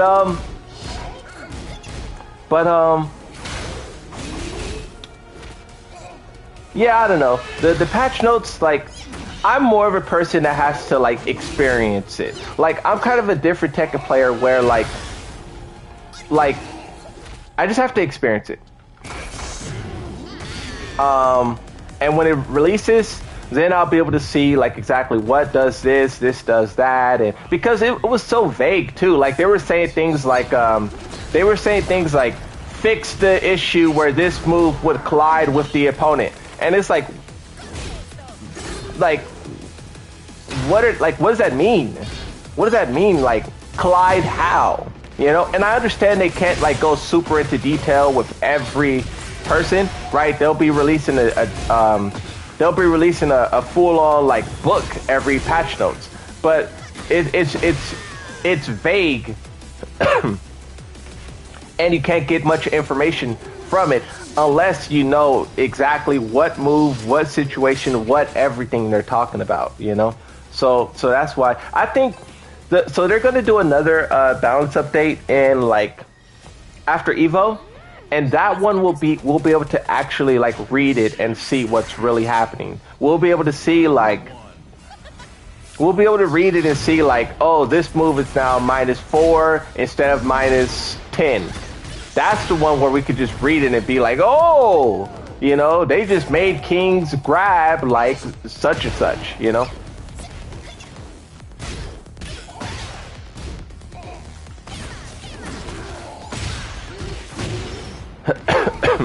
But yeah.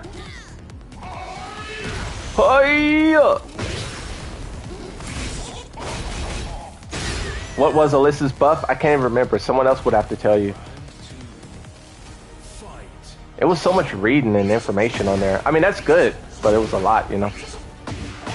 It's interesting. So, okay, two things. One, it's interesting that they're not doing the big update before Evo Japan. So, basically, that update that's going to take place in like 3 days or whatever, that's it. That's the only update before Evo Japan. So, it's like, there's probably going to be a million. So we have to see how it really hurts Dragunov and Devil Jin. But they're still really OP. All of their mids and stuff that like are crazy with the Oki, it's like that still exists. And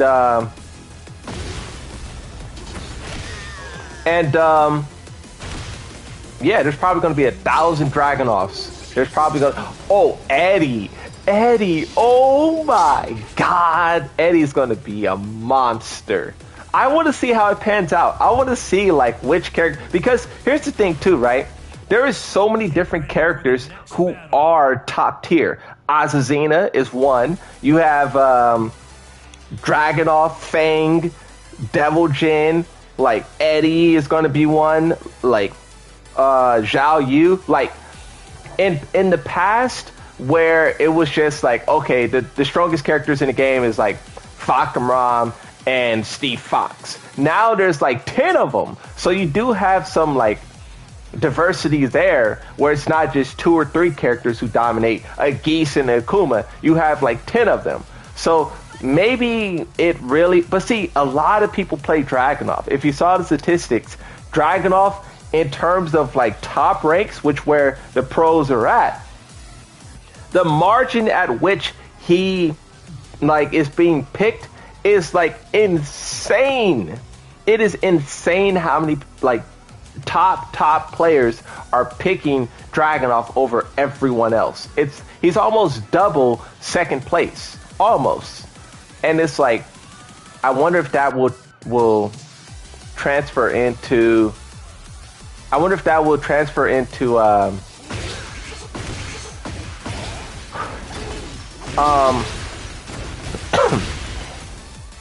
Evo, because we have a long way to go. You know, we have a long way to go with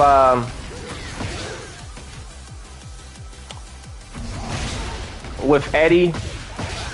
Who knows how Eddie's gonna be in this game? Eddie, so okay. Can I get a show of hands on who here likes Eddie? Like, of course he's iconic. We all like Eddie. He's an icon. But what I mean is, like, do you like fighting against him? Do you find it obnoxious? Like that's kind of the angles that I'm looking at it. Because in my opinion, bro, Eddie and Shahid, or not Shahid. Oh my God, that was the worst name to say. Eddie, Yoshimitsu, and King are the most iconic characters in Tekken, in my opinion. Name the most iconic character in Tekken. I think it goes Eddie. I think it goes Yoshi, King. That's what I say. I think it goes Eddie, Yoshi, King. Get ready for the next battle. So it's like, I don't know. He's iconic, but he's still very annoying to fight against. Very annoying. And now that he's going to be a top... This is what I say, bro. This is what I say, right? In Tekken 7, everyone considered Eddie to be low tier. He was low tier, you know, trash character, low tier, right? But if you look at his win rate, he had one of the highest win rates in the game. Just like, if you don't count if you don't count pay to win DLC, only base roster, it goes Claudio, Claudio, Alyssa, Lucky Chloe, and I believe like the Bears is then Eddie. So he was like very powerful, generally. But then also too, something else people didn't really consider. If you look at, I did the research before, but then I kind of like gave up halfway through because long story, right? But if you go tournament by tournament, and if you look at how many tournaments Eddie has won versus other characters, he has won far more tournaments than almost every other character in the whole game. Yet people consider him low tier in Tekken 7. I never understood that. But the point is, if Tekken 7 Eddie is low tier, what do you think this Eddie in Tekken 8 is going to be? You know? If that deadly version of Eddie was considered weak, what does a powerful version? So I don't know. He's going to be a monster when he releases. He's going to be a monster. You know. John Ding defeated Jimmy J with Eddie. It was crazy. Yeah, Eddie really like did some stuff over the years, and people act like it just didn't exist. He's low tier, worst character in the game, buff him, and that's it. Like, Eddie was really putting in work. Whatever scrub character you play, Eddie probably won more tournaments, you know, than most characters. You know? Yeah, he's going to be pretty powerful. It's going to be interesting to see how it works. How it works. Did you actually get blocked? Yeah, I got blocked by Harada and Michael Murray. They didn't like what I had to say about their battle pass. They didn't like my feedback. They didn't like my feedback on the battle pass. They didn't like it.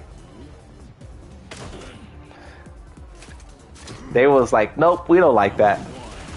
They saw the like button and then they was like, nope, I got one better. And they started reaching for that block button. You know?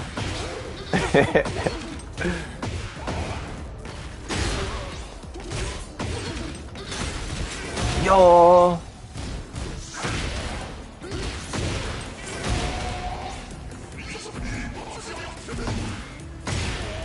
Back turn flash. Tekken fell victim to modern game. Yeah, modern gaming. Yeah. But really, like Multiverses was the first one. I think Multiverses was the first one to add a battle pass, and I think more so that's just because they kind of came first. I think, you know, whichever game came first, they would have been the first one. But Multiverses did it. Street Fighter did it. You guys said Mortal Kombat did it. Tekken 8 is doing it. Project L probably will do it.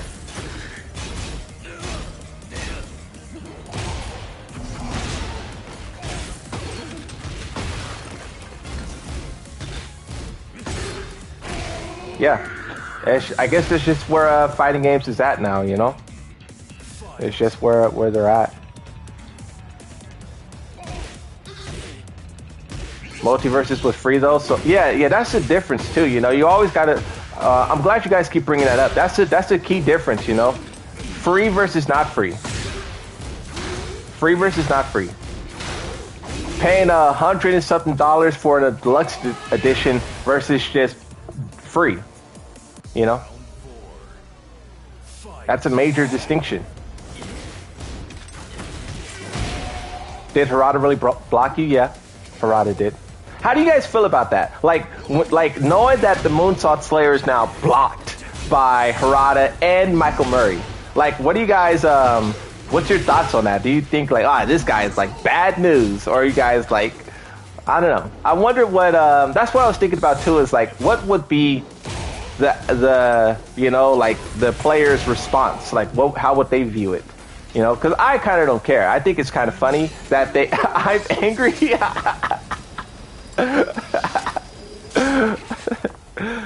I kind of think it's like funny in a way, like it's like why y'all so butthurt, you know? It's how I see it. It's like if you go to a streamer's stream and you tell them like, oh, you suck at the game, and then they ban you. It's kind of like that's what they did. Like, I was like, you guys suck, and then they blocked me, you know? But that's the thing too, I didn't even tag them. I don't tag people because, like, I don't know, when you tag people, you open yourself up for, like, you know? So I kind of just do my own thing in my own little realm. But yeah, that was pretty funny. Yeah, they you know, as blocking you will do anything. Yeah, I don't know. If anything, I'm not gonna say it makes it bigger, but it just makes it funnier, you know? Most of the content in the Battle Pass is from older games, but now you just have to pay for it. Yeah, that's what we were saying. You know, that's exactly what we're saying. You just have to pay for it now, you know? J4L. Did you reach the new tier? I think you just reached the higher tier in the membership.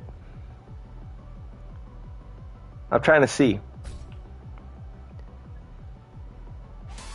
Where are you? I just saw your name. There's a lot of people in here. Where'd you go? Oh, no, you became a member. Nice, bro. Thank you. You became a member. Thank you.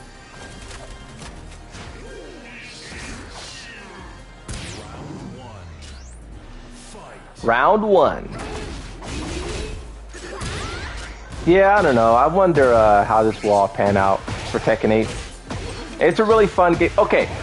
A very basic question. I like to ask you guys questions because, you know, in a live, this is the whole reason why I live stream. Is because, you know, I always make videos and share my ideas and say this and say that. And, you know, that hit me while I was grounded. I always give my take in videos, but in live streams is one of the rare chances where I can ask your opinion, you know? So I just love to, like, you know, do that. But the question that I was going to ask is, who here is having fun with Tekken 8? Who here is like, how do you feel generally about Tekken 8? Like the balancing, the shops, like when you hear the words Tekken 8, what emotion comes to mind?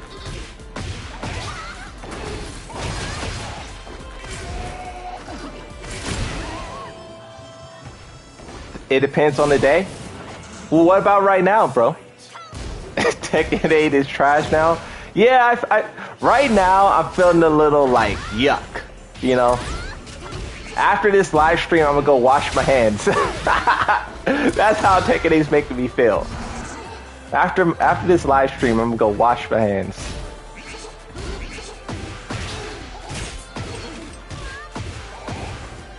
Love it. It's impossible to balance all this first month. I don't want to say that I disagree, but I kind of do disagree with the idea that it's impossible to balance it all the first when a game releases, right? Because that is something that people are saying, right? So there's some people who are complaining about the balancing, and there's some people who are saying, relax, guys, it's the vanilla version of the game, right? But two things. One, Street Fighter 6, that game released and they didn't do a balance update until their whole entire tournament year was gone or was done. So they showed that you can do the balance update, have the game balanced at launch, and you know, they showed that that works. But then for Tekken 8, right? Tekken 8 did 3 updates. And in those 3 updates, they said it themselves that this is not a real update. This is more so just like bug fixes, right? So all they're doing is fixing bugs before Evo comes along, Evo Japan comes along, and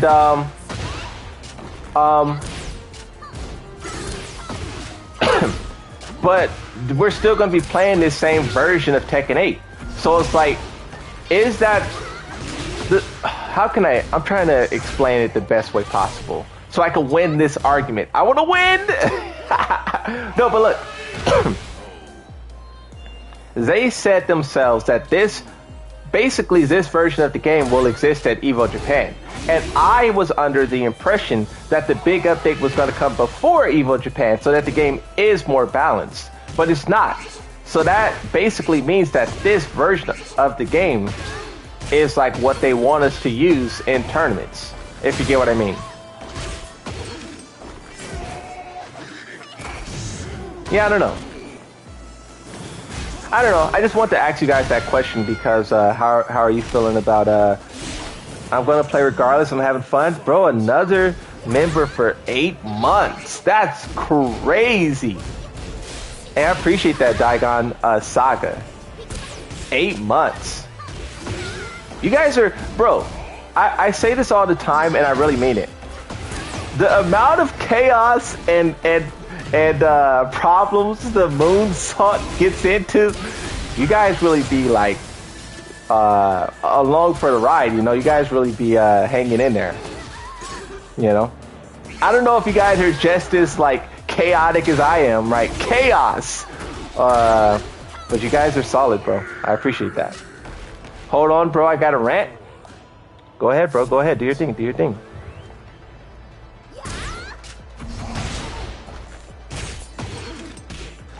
Should I main Lee? Lee mains. What do you think? Lee is pretty difficult, bro. Flash?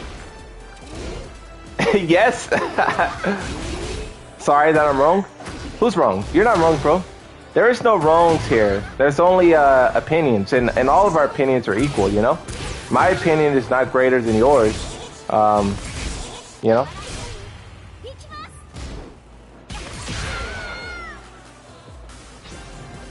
There's no wrong opinions, bro.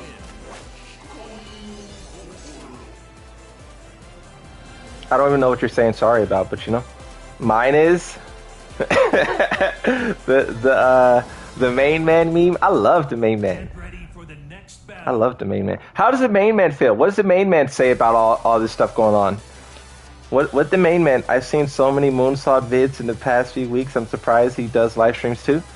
Yeah, I try to live stream often, but sometimes I gotta making videos. Like I gotta make 2 videos, and I wasn't going to live stream so I could make those 2 videos. So like everything that I'm complaining about right now and like, you know, ranting about is going to be in video format, and you will see it in the next like 2 days. There's also okay, I'm not gonna say the next thing. You guys just will see what that is, but there's another video that I'm like really excited about. So you know, but yeah. Nah, someone in the chat said I was wrong.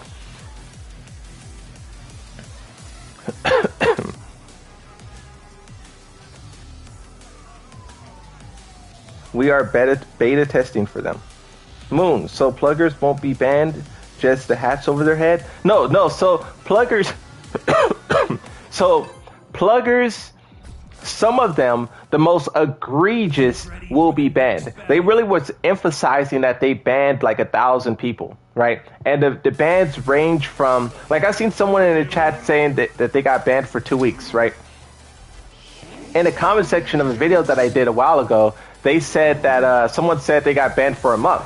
So they're hitting some people with like a certain amount of days or times, but then the most egregious are getting permabanned. That's one way they're going about it. But then another thing that they said they want to do, that they not necessarily will do, but they just said they want to do it, is they want to have pluggers face up against one another. So if your disconnection rate is bad, let's say 10%, right? You got to do a lot to get to 10%. If you're at 10%, they will only match you up against other people who's also 10%. So pluggers will be stuck fighting each other. They call it plugger purgatory. Plugger purgatory.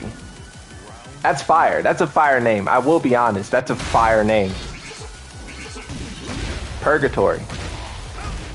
But yeah, pluggers should just lose points if they plug. I do think they should do that as well. Michael Murray said he doesn't want to do that because he didn't say what game, but he said he was playing whatever game he was playing, and something happened with like disconnection or like the software. Something happened, right? And he was given a loss, and he didn't leave. So he said he didn't want to add that experience to Tekken 7, which, in my opinion, I think they should.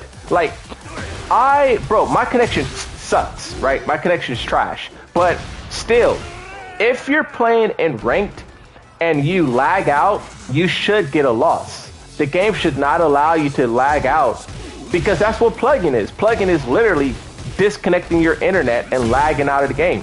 Like, I do think if you're like, that's what ranked is. Every other, I feel like when I say that, like, I feel like people are going to get angry. Like, oh, how do you want people to lose if they lag out?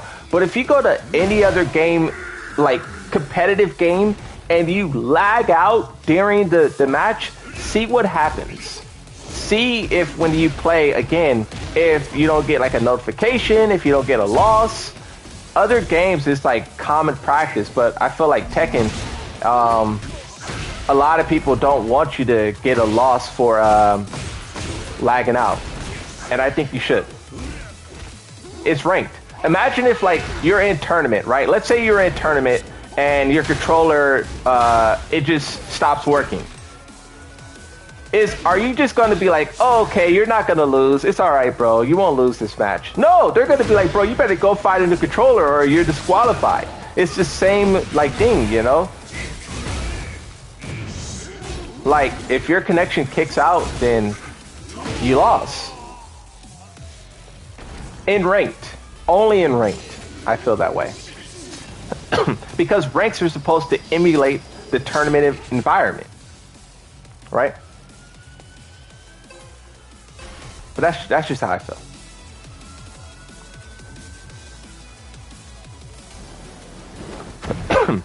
But yeah, pluggers.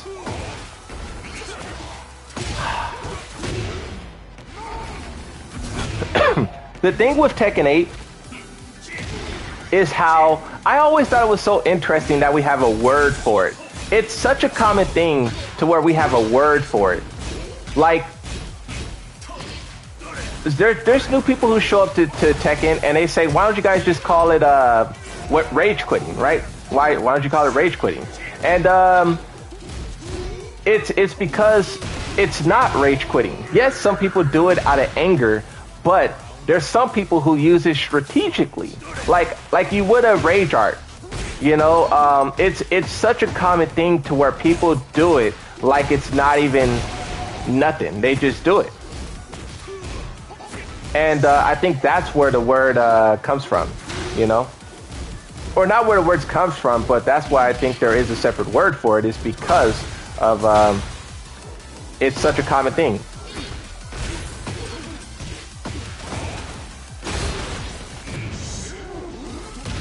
Yikes. Rage quitting sounds better. Yeah, I never really liked the term plugging, but I know if I say rage quitting in YouTube videos, people are gonna be like, ah, you idiot. You know? Tekken fans have a very big problem with you mispronouncing stuff, you know? I would know, bro. I used to mispronounce. I kind of don't do it anymore because the joke is kind of like, it plays itself out, you know? Nothing lasts forever. But I used to like mispronounce characters' names all the time. And people used to get so angry, you know? Which is respectable, you know? I'm not criticizing your ability to get frustrated. You know, it is what it is. Someone donated? Oh, I see that donation. Hold on, let me That's their first donation too. I'm trying to read that while I'm fighting the Kazuya, bro. Hey, thank you for the dono. Legendary. You guys like that dono? You could like it. Like that dono. Do you think all story DLC will be free or no? So, first off, thank you for the you know, donation. I appreciate that. So the question you're asking is kind of framed. It's not a. So I'll just say this, right? Simple. They said that at the time they said with Eddie, but it doesn't seem like it's releasing with Eddie. It seemed like it's releasing after Eddie. But they said the only time they're adding main story DLC is with Eddie. So one time. When the next character comes out, whoever that may be, there would not be another chapter added to the story. From what they said. They could change their minds, but just as it stands, one time. One time. So, and I think they did say it's releasing with Eddie. They didn't say that in this Tekken talk, but can you guys confirm that the story DLC is releasing like in 3 days, right? They said it last time during the Tekken talk that it's releasing all at the same time. And then this one, they didn't even mention the story DLC. They didn't even tease it or hint at it or nothing. And it seems like it's delayed or something.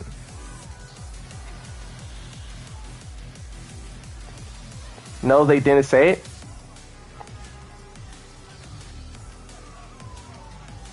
I feel like the story DLC is delayed. They just didn't have enough time to talk about it. No way, I don't believe that, bro. That's you know, they had that thing was like 3 hours. It was like 3. I'm not hating on it being 3 hours. You know, I was enjoying it, but I'm just saying, you know. Get ready for the next battle. They didn't say like, oh yeah, Eddie's gonna release and alongside the story DLC that we talked about earlier. That's all they had to say, you know. I'm not saying to dedicate a whole segment to it, but the fact that they didn't say it at all, like it didn't exist, makes me think it's delayed. I thought thoughts on mandatory 2. Wait, what? I don't even know what that is. Mandatory?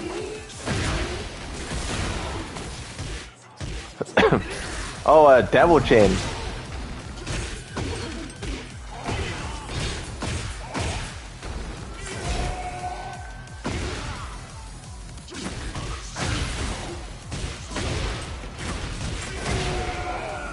A Devil Jin.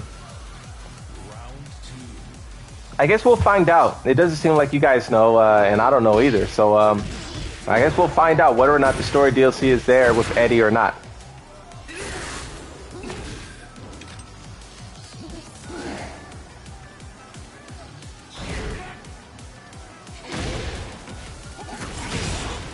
I learned this new combo, but sometimes I do the old combo just out of like muscle memory.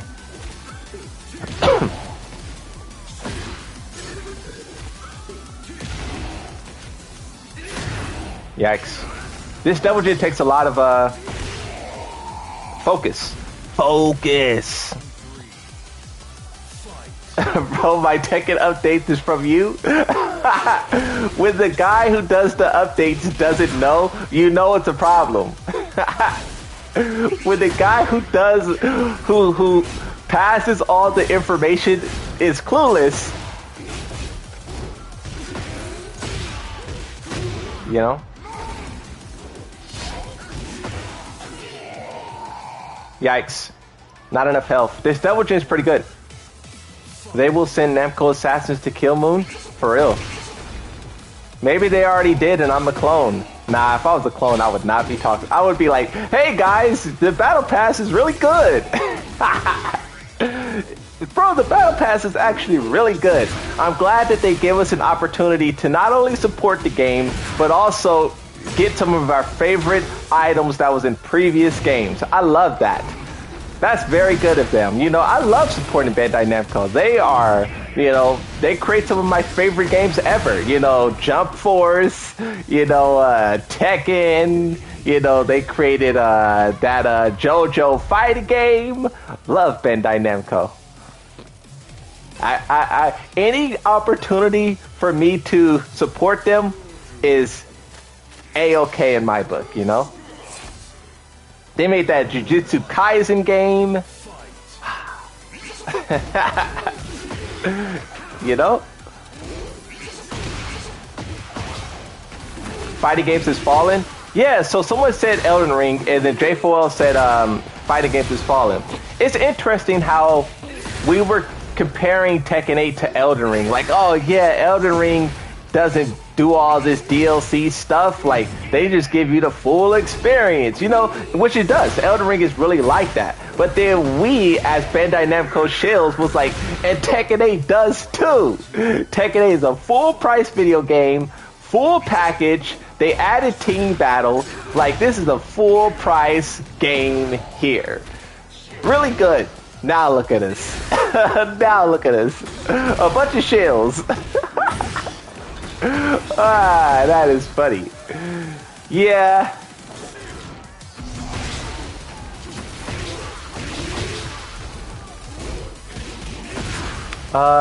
You really got muted by the devs? Yeah, they blocked me. They blocked me. They didn't like what I was, oh, this Devil Jin's on the 10 win streak too. I was too. Wow, nice. Yeah, they just didn't like my criticism.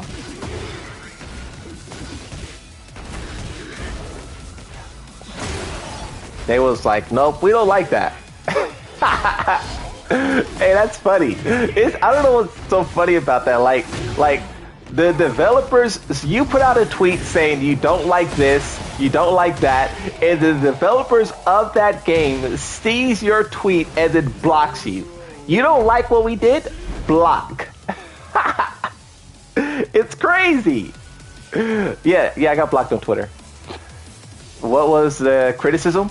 I was criticizing the Battle Pass, criticizing the Tekken Shop, criticizing how they killed mods and they're trying to sell shop skins in its place. I was criticizing how the Battle Pass or whatever is or the Deluxe Edition is overpriced. Yeah, I think that's it. It was like 4 points. I could go on, but that's just the things that I was criticizing in that tweet. Because, you know, Twitter has a limited amount of stuff you can type. So, you know, I had to make it short and sweet. But they didn't like it. You know, they didn't like it.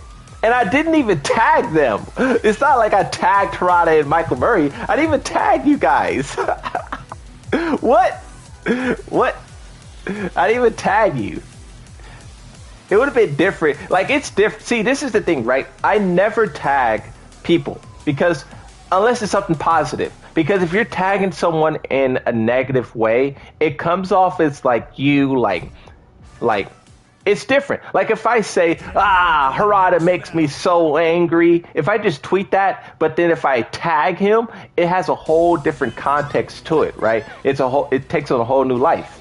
So that's why I don't tag people, but it's like still, and it was crazy. Okay, so look, I also put on that tweet was a year ago in an IGN news article. Harada said that Bandai Namco executives are only interested in milking Tekken 8, right? That's what he said out of his own mouth. It's in an IGN news article. And with all of my criticism, I simply added that I simply added that quote to the tweet, you know? And I think that's what really they didn't like. But hey, bro, it's your words. It's not mine. I'm not twisting your words at all. I'm not misquoting you. I'm like, you said it, you know? And yeah, it was a joke at the time, but it's not funny anymore. I'm about to die. It's not funny anymore. It's not funny. I'm about to die. Dun, dun, dun, dun, dun, dun, dun, dun. You got blocked for breaking their EULA and you blocked indefinitely.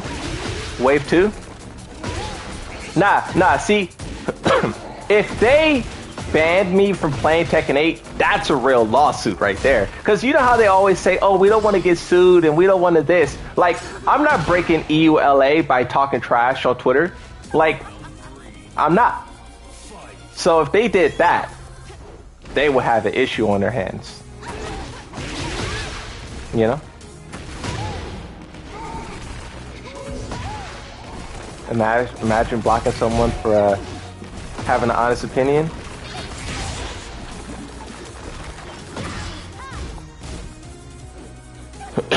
Yeah, I don't know. It just sucks to see, like, all the jokes aside and stuff, you know?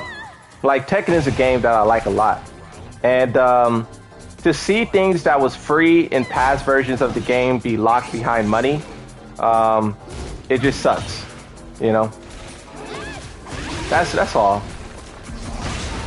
And I feel like Bandai Namco, at one point in time, they were like trying to be fair about it. They were trying to be like, you know, honest. They were being open, you know?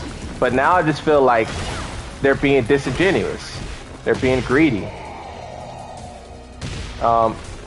If they would have done everything that they did and they didn't kill mods, I probably would feel different. But the fact that you are literally killing mods, which is like killing creators' like whole journey, that's despicable. That's borderline evil, bro. Like, people put, like, being a creator and almost losing my channel, I understand like that so much. Like, you put hours into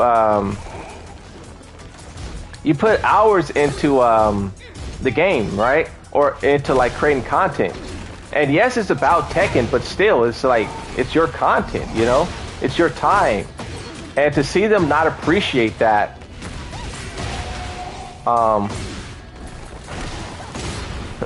it's wild. At least they can say, if they don't, like, if all they had to do was say, hey guys, we are sorry to say this, but mods is done. It's going against EULA, and there's some mods that's being created that is causing a lot of issues. They could have just said that, and then be like, we're asking you guys to take down your mods and no longer post mods. Yeah, everyone would have been angry, but I don't know. Maybe that would have been more of a chaos, you know, an official statement from them. Maybe that would have caused like headlines. That probably would have caused headlines, I ain't gonna lie. Because like right now, only us are angry, right? Only us. And some people don't even care. There's some people who are like, yes, I'm happy mods are gone. I've seen that comment on like, there was a few people who was commenting that on my video. Like, one person said that they don't want to see anything that's not official. They don't want to see like a Overwatch Lily mod because it's not official. And I respect that opinion. Like, but I don't think overnight you should eliminate everyone who's doing that. I think you should give them a message, you know, a warning, you know? And also too, another thing that makes it slimy as well. So Bandai Namco striked a person 4 times. 4 strikes. On YouTube, there's 2 ways you can strike someone. Immediately, or you can give them time to take it down. You can say, if you don't take down this video in 7 days, our notification will turn into a strike. Like, you can do that, right? So back when I was causing a bunch of trouble, right? If you know the story, you know the story. There was someone who gave me a strike, and they also gave me 2 notifications on separate videos, and they say, take these 2 videos down, or they will turn into a strike. If they really wanted to, they could have hit me with 3 strikes, and that could have been it, right? And that's why that's another thing about Bandai Namco too, is like they're not even giving people a chance to do right. They're not even, like, YouTube has it built in to where you can give someone a chance, like, you know, you got a certain amount of time to delete this before you get striked for it. They're not even doing that. They're just going right away, 4 strikes. This thing you've been doing for 5 years, overnight it's gone. And that is why, like, I emphasize this so much, because, like, there's many different things they could have done. Official, public, private, unofficial, and they just went the most cutthroat way possible. The most cutthroat, we don't care way possible. And it's like, why should I care? Why should I be nice? And like, you remember when I was posting leaks, right? Because I'm kind of known as the guy who shared leaks, right? And everyone, people were blocking me on Twitter, like, I don't want to see leaks. You know, people were tweeting like, everyone's pointing leak. The people who are posting leaks, you guys have no respect for the developers. No respect at all for the developers sharing leaks. I wonder what those people are saying right now. I wonder if they feel respected by the developers they were shilling for. Like, that's why, I'm not saying that's why I share leaks, but that's why I don't care. Like, I'm not doing it. Bro, you can't respect the company. You can't respect the corporation. I respected Harada and Michael Murray, but those 2 guys are like wealthy executives. People don't understand that, like, Harada is very high up and Michael Murray is very high up. Nikatsu, very high up in the Tekken food chain. They make money. They are, I don't want to say rich, because, like, you know, but they're wealthy. So to be sitting here acting like they're like struggling to eat, think about the devs gotta eat. You know, it's like, come on, bro, you're joking. They're gonna eat all right. The battle pass, the shop, they're about to eat. You know, that's it. That's it, you know. All those people used to say, respect the devs. Now look at how they repay us. Or you guys, you know. Respect the devs, lol.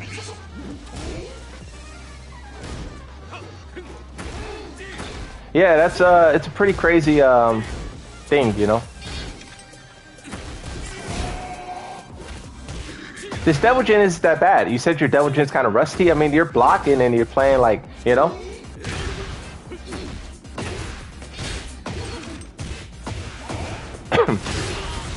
Yeah, I think them trying to get people to upgrade their standard edition to ultimate edition so they could get the DLC early is a scummy thing to do. Now that you're blocked, you might as well start leaking again. Well, I never stopped. It's just the leaks stopped. Like, if a leak happened right now, I'll share it. Or if a leak happened yesterday, and it's not even like, well, now I share leaks. Yeah, I'm the leak sharer. But the way it started is just that my own fascination by it. Like, before, see, here's the thing, right? The channel's pretty big now. The channel's pretty big. But before, when I had like 1,000 subscribers, 300 subscribers, I was doing the same exact thing. A leak would happen, probably fake, and I would just make a video and talk about it. The video would get like 200 views, but I was still doing the same exact thing. But now that it's like, now that the channel has grown so much, people view it as like, oh, you're, you know, all these crazy things. But that's just because, like, the impact, you know? The impact of the moonsault has grown a lot. And I didn't realize it, you know? I really didn't realize how, because I kind of don't care about that kind of stuff. Like, I just do my own things, right? Like, I just make my videos, I just do my live streams, and then I go off into the, you know, wherever and just enjoy the rest of my day. I don't sit here and try to, like, act like I'm some, like, you know, big part of the community and everyone needs to listen and respect me. No, I just make my videos and I go on my way. So I really didn't see, like, the impact that I had until, you know, it was everywhere, you know? So, you know, yeah, I don't really, the fact that Harada Michael Murray knows who you are to block you means you're pretty big.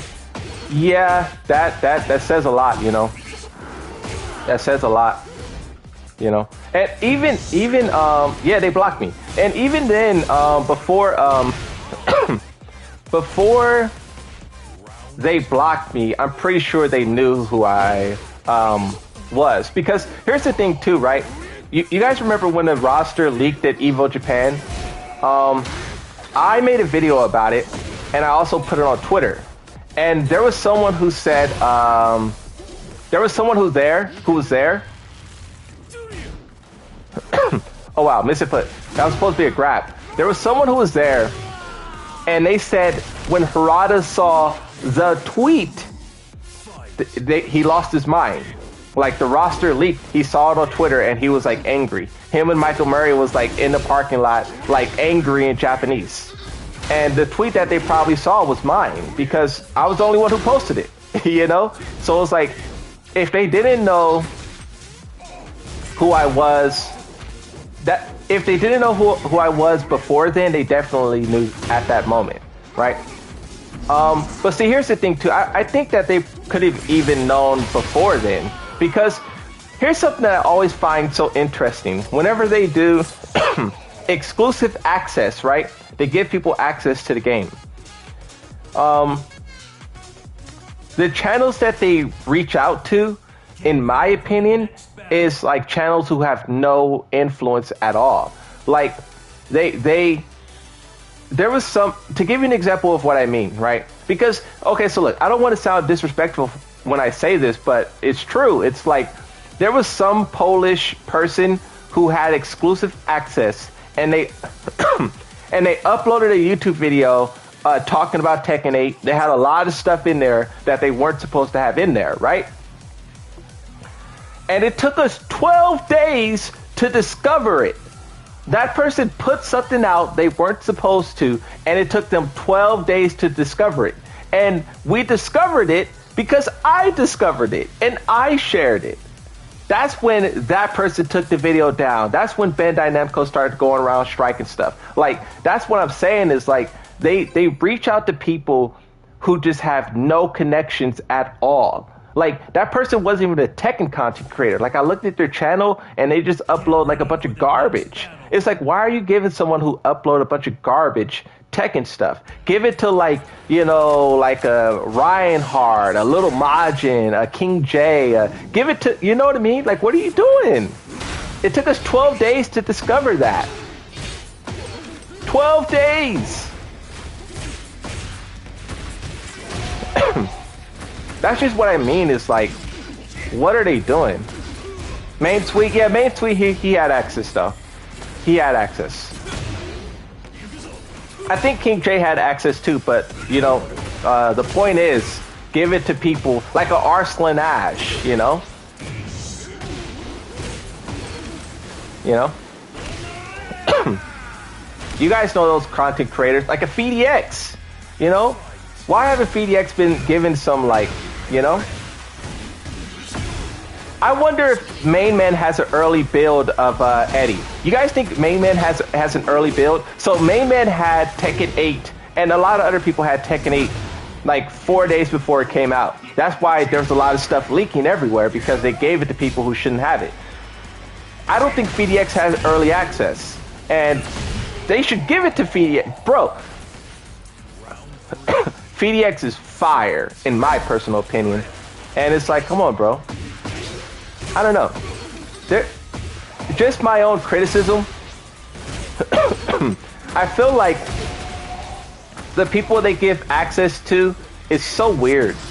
Like, they don't give it to the people who deserve it. I'm not saying I don't deserve it. Don't give it to me. I do not deserve it.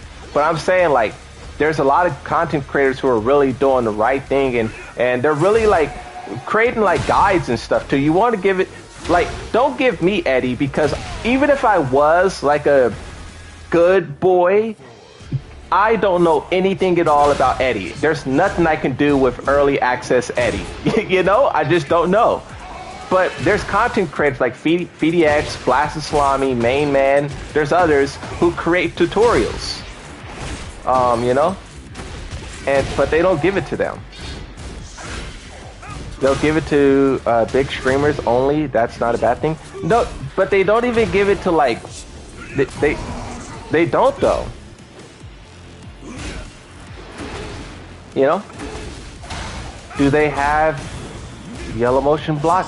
I don't think so. Yellow motion is actually really good, bro. Okay, I know you guys don't like yellow motion, like, you know, for whatever reason, right? I understand, like, people don't like me, but yellow motion, bro, I ain't gonna say because, you know, it's private, but yellow motion is like the truth, bro.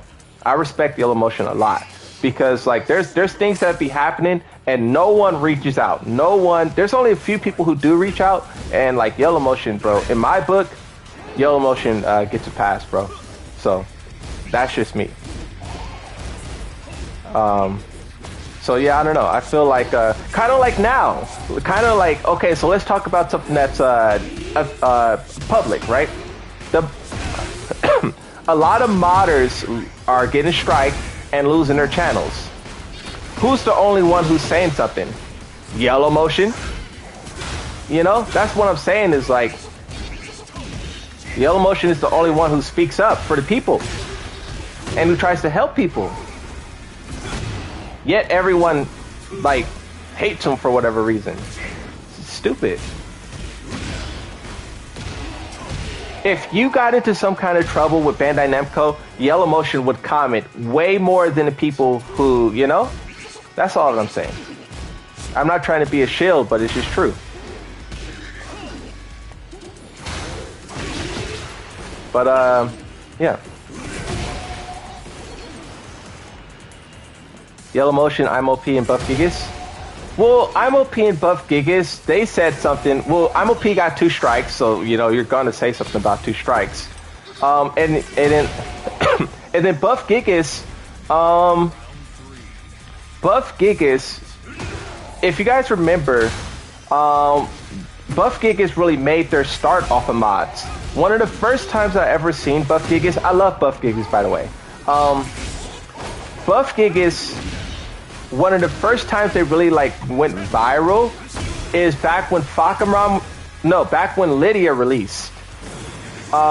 They created this mod where you had Nina Williams, but it was like Fakaram's fighting style, and Nina was modded or dressed to look like Lydia.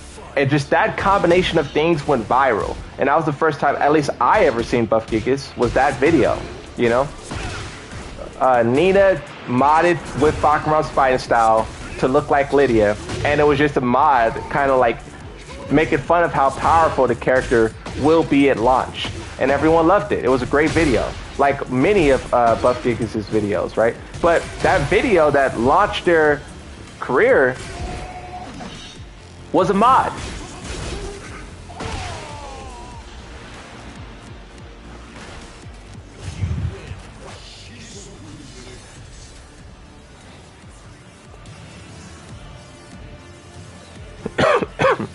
The thing is, the thing with IMOP is he never used any mods in his videos. We're still taken down. So, yeah, so that's the thing, right? So, IMOP, one of the videos that got striked was, I wish I can, like, talk to OP, and we'll save that for another day, right? But one of the things that got striked was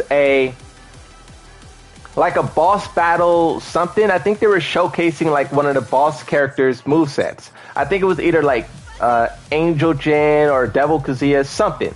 Some boss within Tekken 8 IMOP was like controlling the boss and showcasing all of their moves, which you can do that. You can fight the boss and let the boss hit you, and eventually it will do every attack. But IMOP was just showing you all of the attacks, and they strike that video. They was like, nope, you can't do that. So that's the thing, is like they're hitting more than just, you know, mods. They're really killing the game. Like they're killing that whole sector of Tekken, and I don't think people realize. You know, I don't think people realize. But something that happened for me, and this situation is still ongoing. You'll hear in a couple of days. You'll hear good news or bad news. Let me say that. But Bandai Namco striked one of my videos. At the start of Tekken 8, they striked. I made a video talking about Reina's story, and it was really good. Like, I really enjoyed Reina's story. Like, even though I think it could have been better and this and that, and yeah, I enjoyed it. And in the video, I was just talking about the things Reina did good, Reina did bad, and I was kind of interested to see where it would lead to, right? It was just a video about Reina's story. They striked it. They was like, nope, you can't do that. You can't talk about Reina's story 4 days after the game came out.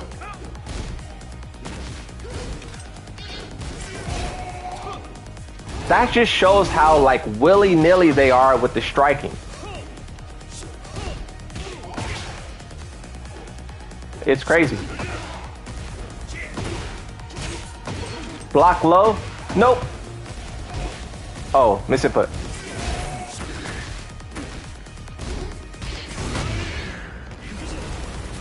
Yeah, they're just, and it's out of nowhere too. It's out of nowhere. They're just like overnight. They got super aggressive with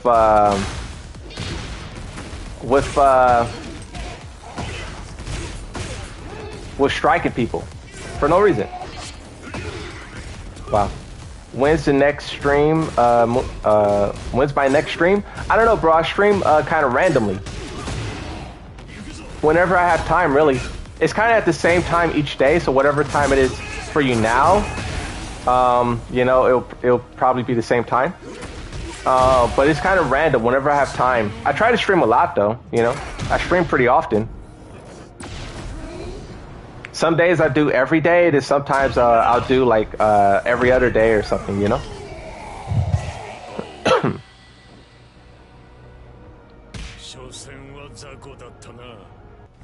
Yeah, I don't know. Most other games make it you could get away with mods other than other stuff. When it comes to multiplayer games, fighting games especially, they definitely paranoid. The community gonna turn against Tekken day by day? I think so. Right now it's just like the Moonsault Slayer and you know the people who, like I said, right? The real holdup, right? The real reason why everyone really is not really rampaging is because one, a lot of the top creators are friends with the developers. So like I said, when a tournament happens, like bro, at Evo Japan, right after the event, after the tournament, Harada, Michael Murray, and a bunch of content creators are all going to go eat at a 5-star restaurant. Like a lot of those guys are friends with Harada, and they've been friends for like a decade. And I'm not hating on that. I'm just saying, like, they're friends. How can you criticize your friend on Twitter and then go have lunch with them at Evo? You know what I mean?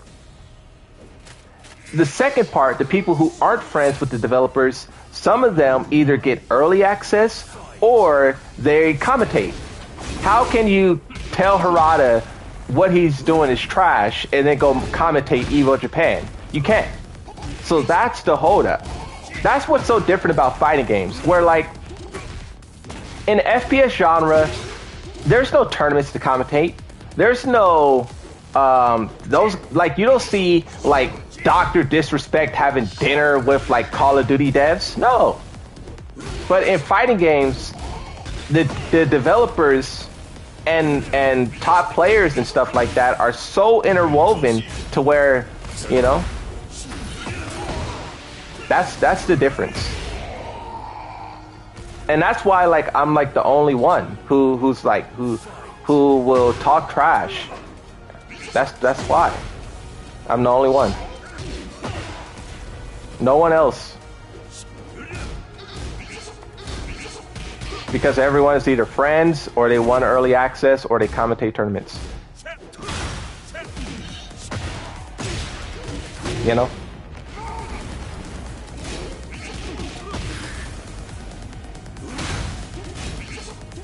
Yeah.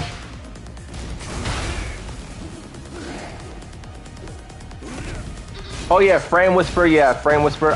That's why when I first started to like learn what who the other content creators are, I like Frame Whisper because they're honest. You know, like this is another thing too. Me personally, I can't really watch a lot of other content creators. Like I do watch like there's a lot that I watch, right? But there's some that I just can't watch because like it feels like I'm watching like Bandai Namco propaganda at a certain point. Like I know if I go over to someone's channel, they're not gonna say anything bad about the Battle Pass, and just watching that video, I feel like it's fake. I feel like it's not real, so I don't want to consume it. I don't want to be told like Bandai Namco PR. Everyone who's complaining about the Battle Pass, it's all overblown. Like they're bringing back items that was missing from the game, like we all wanted. We get to support the game, like you know. I could already imagine the talking points, you know, and it's fine, you know. Everyone, I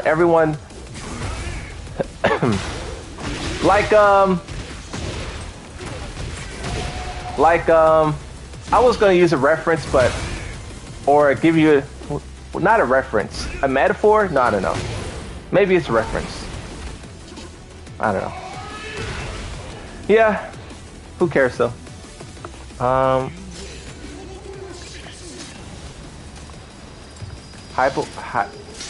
Hypocritical? Hypocritical? What do you mean by that? I think everyone has a little bit of hypocrisy in them, you know?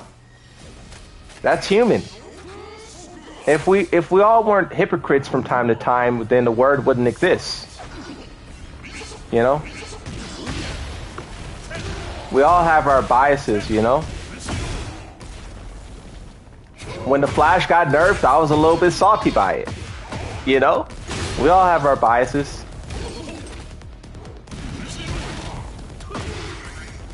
Hey Moon, I sent you on Twitter. Don't read it out loud. Yeah, I'll look at Twitter in a little bit, you know?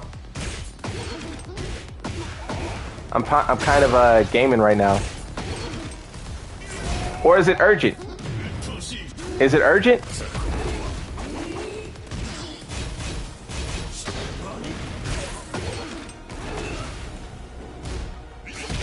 Oh wow, I dropped it. Let me look at Twitter. Let me see what's going on Twitter.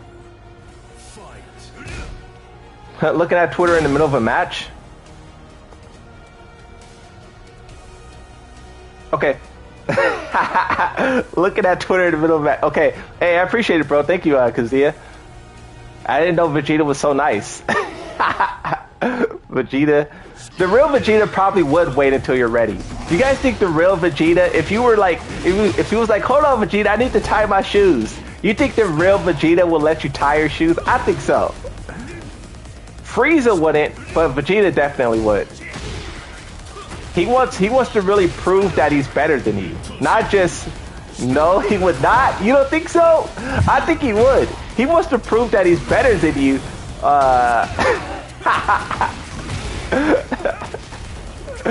No, wow. Maybe I don't, maybe... Maybe I don't know Dragon Ball Z. Oh! Ah, the time. You must not watch Dragon Ball Z. Hey! I think so.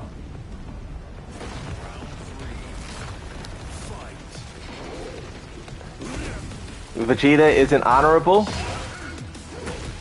Yeah, I don't think he would do it out of honor, but I do think it definitely depends on the situation.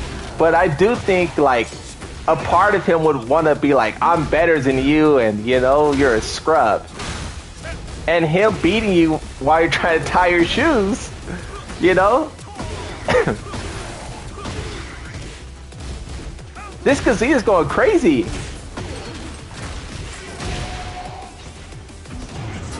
Uh-oh.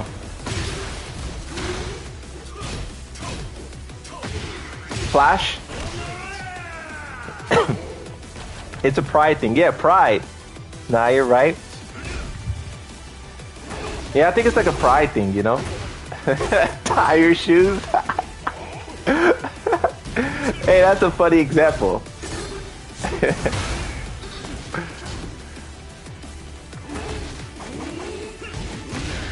Hey, that's a funny example.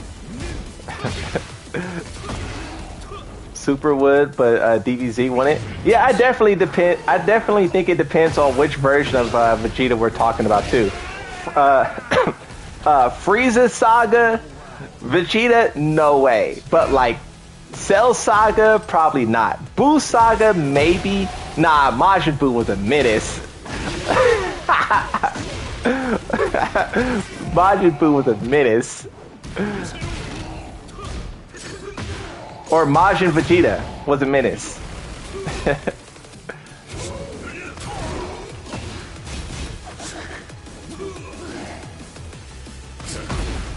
What? That hit you from anywhere. That hit you from anywhere on the map. I didn't know that. It's kind of similar to Heihachi's punch, huh? I just realized that. That move is similar to Heihachi's punch, but Kazuya just has a stump. Okay, they gave him Heihachi's move. Is DBZ made by Bandai? Are you talking about the fighting game? The fighting game, yes, but Dragon Ball Z, no. Ready for the next battle. Bandai Namco has the exclusive rights to make Dragon Ball Z games. They have owned it since 2009. No one else on this planet can make a Dragon Ball Z game besides Bandai Namco. They had the rights since 2009. Which is why I think they should put a Dragon Ball Z character in Tekken, but we're not going to talk about that. I mean, they're literally the only ones who can make a game out of Goku. Capcom? Nah, Capcom can't do... Capcom, to my understanding, don't have the rights for anything besides their own work, right? Don't put DBZ in Tekken? I think it would work. Like, if you think about the way Nina, so Nina, for example, right? She punches you, she kicks you, and then she pulls out her pistols and shoot. Imagine if Goku, he punched you, he kicked you, and then the last hit is the Kamehameha. What's the difference? What's the difference between Nina or Jin Kazama? You're a Jin Kazama main, J4L. What's the difference between Jin Kazama punching you and then throwing some light between Goku punching you and then, you know, throwing a little fireball? It's the same thing. I think so. Me personally, I think so. It's the same thing. What about instant transmission? I mean, what about Desperation? What about this jumping move? What about Raven's teleportation? Sensu beams? Well, I don't think they need to incorporate all of that into the game. I don't think they need to incorporate all of that. What if, like, when Goku is starting a round, he eats a Sensu beam? You know how at the beginning of the round your character, like, flexes or something? He just eats a Sensu beam. And then that's why his health recovers. You know? You guys are... Bro, you guys... Alyssa can fly. You guys are... Devil Jin can fly. He can fly. Devil Jin, do some flying shenanigans. What? You guys are making some crazy excuses. You guys are like... Just say you don't like the idea because everything you're saying is like other characters already do it. You know? What? He can fly. What? Bro didn't watch, bro didn't play the Tekken 8 story. Yeah, Kazuya can fly. Bro, you guys are not... I understand some people don't want Dragon Ball Z and Tekken, but your excuses for not doing so is crazy. Flying, a Senzu Beam, even though Jin Kazama and Yoshi can heal. Teleportation, even though Raven teleports, Victor teleports, Yoshi teleports.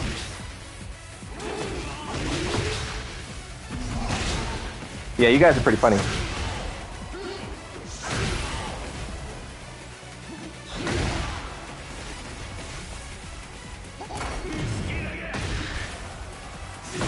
Oh wow, that was so risky. Y'all are talking about adding Goku. What? I just think the fact that Bandai Namco are the only ones who can do it. I mean, if they don't, who will? No one. I think it would just be dumb. Yeah.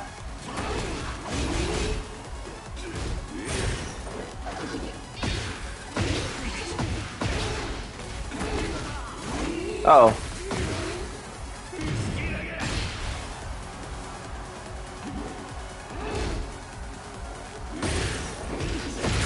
Yikes. Modders will? Oh wait, for real? Good thing we have mods to put in Goku. Oh wait.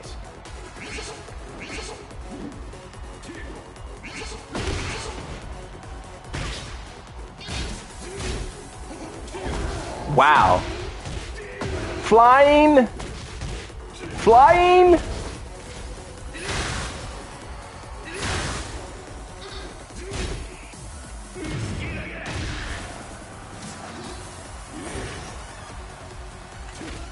Devil Jin's Heat Burst is where a move where he flies across the whole screen.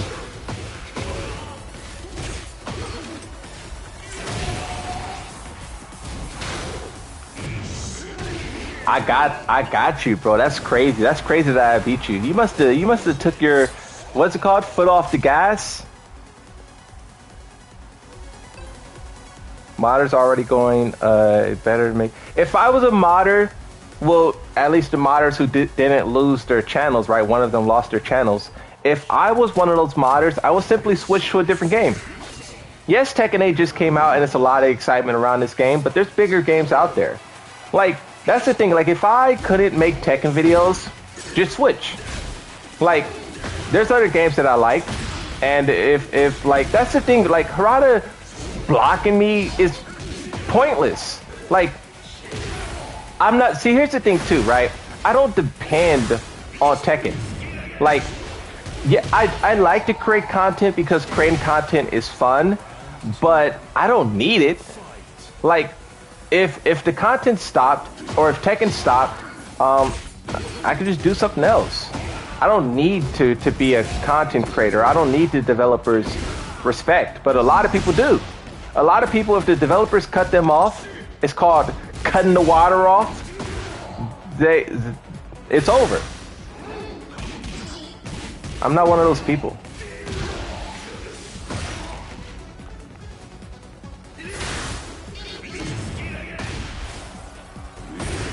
Yikes. Yeah, I want to play Sparking Zero. I'll play that when it comes out. I gotta look at it first though. I gotta look at it to see if it's something. Oh, that was supposed to be a Rage Art. I gotta look at it first because I don't know. Sometimes they create trash, and I'm not trying to buy trash. I did enough of that already. Mortal Kombat 1, you know? It looked pretty cool though. Yeah, no, yeah, it looks pretty cool. Like Budokai 4, it's not really anything against that game. It's the fact that I've been burned by so many other games in the past. That's the thing. Like Cyberpunk, even though it's a good game now. Red Dead, the online sucks. Battlefield 2042, I didn't buy that game, but I was hyped for it, and it sucks. Like, so I'm just more like, video games nowadays suck, right? So now I wait. Yeah, I don't pre-order. Now I wait all the way up until till launch to see what it will look like, right? and then I just buy it day one.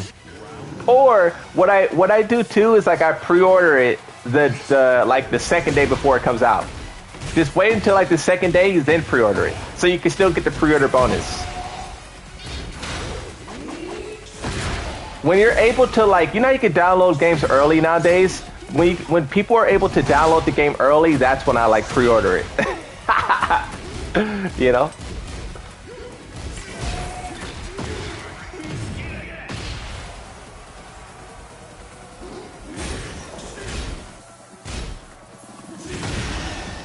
As soon as I moved the muscle, Devil Jin just flew across the stage and just killed me.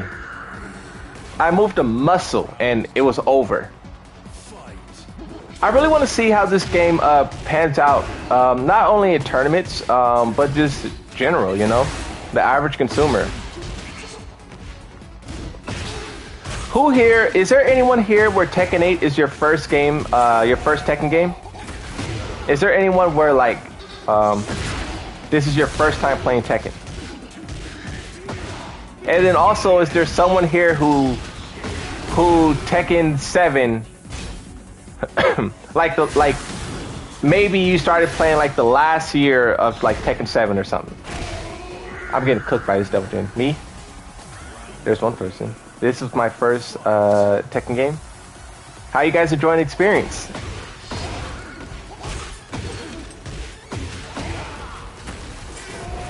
I'm somebody who rarely uses mods in fighting games. Started in the last 2 years of Tekken 7. Okay. So there's a few people who are new. I would still consider first time, honestly. Nice. Okay. I would consider 2 years a long time or not a long time, and it's strange because why did I do that? It's strange because Tekken is just a really old game, you know. This game has existed for 30 years, and a lot of people has been playing for those whole entire 30 years, you know. So it's like me, bro. I've been playing for like, I don't know, since like 2009 or something. So that's a long time, you know. But that's dope though. I just wanted to see how many people were new here, you know, because I wonder how the new player feels about all of this. New players, do you guys think, or new-ish, you know, do you guys feel like, you know, the Tekken fans are like overreacting? Because I'm sure like whatever game you came from, they probably had skins and stuff, right? So it's like I wonder how you guys feel, because that's the thing. It's like new people, their opinions matter a lot, and then also like throughout this stream, we consistently been at over 100 people watching. Yet there's like 10 people talking, right? So I wonder, like, the people who don't say anything, who just watch, how they feel. You know, that's what I'd be trying to gauge a lot of the times, because that's what matters. That's what matters. Oh, I think that would. Oh, what? I thought this king was like typing or something, and he choked twice. Bro, chokeslammed me twice. It's funny, first time, and I had Rajin teabagging me, and I lost. Yeah, that's crazy. Kicking someone who doesn't know how to play, and like teabagging. Yeah.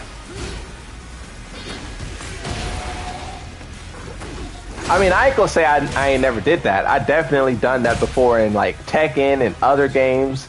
Someone who doesn't know how to play absolutely scorch them. And then now I kind of like try to be more helpful, but I definitely have my days of like get owned, you know.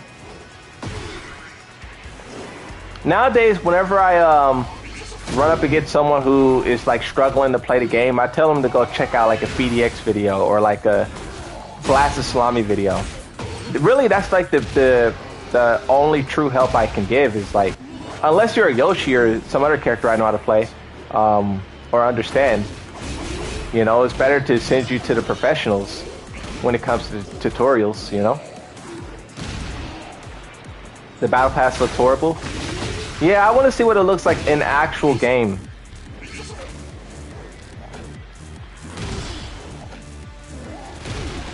Oh, it still works. It still works. You can hold you can hold one and escape that. You can hold it. I was just holding the button and Yoshimitsu got out. It still works.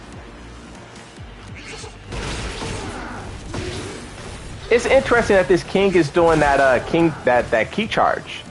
I thought it was on accident, but it seems like they're intentionally doing it.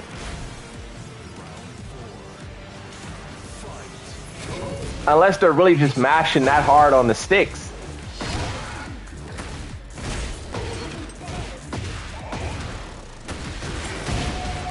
What what you think about the new battle pass? I like this stuff.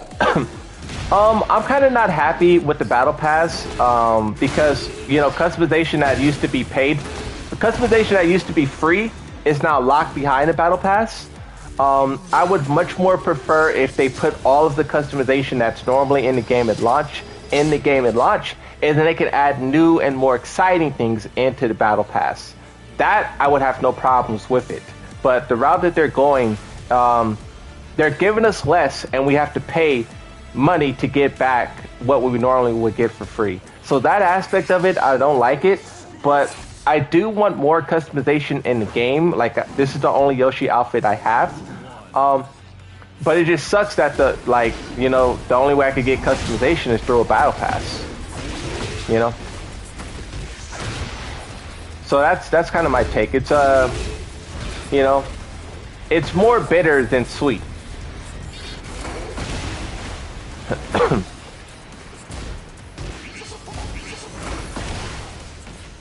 and that's the thing too.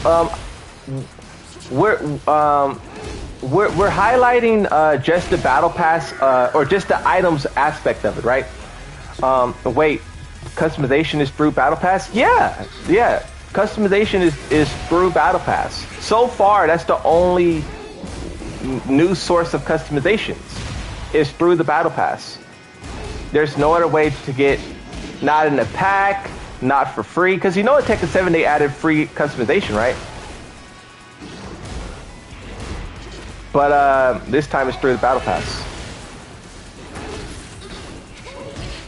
But what I was gonna say, what was I gonna say? Oh, so the items isn't the only thing that's in the battle pass. They also have, how you could customize the health bar? You see how I have it customized? They're also going to be putting that stuff in there as well.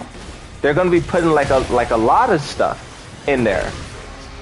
It's not just items, but that's the part that I care about. But they're going to be putting all of that stuff in there.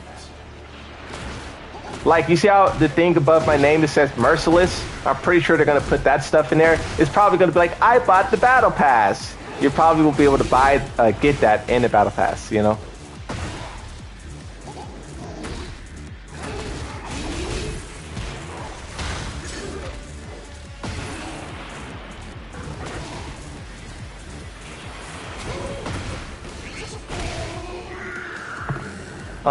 People vote with their dollars.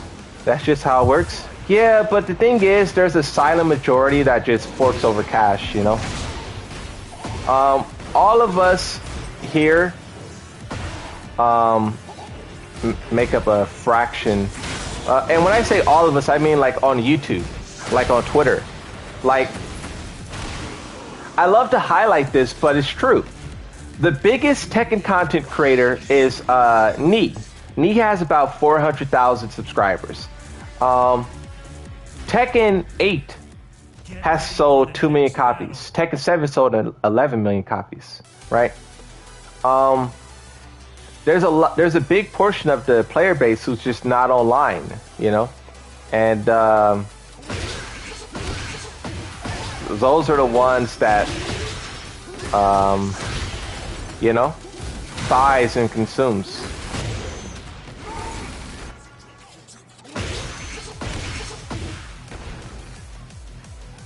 Maximilian?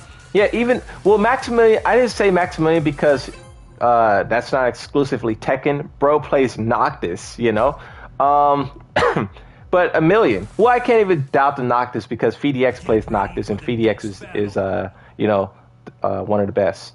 But yeah, even then, it's like, what Maximilian is that? Like a million, 2 million? That's still like not even,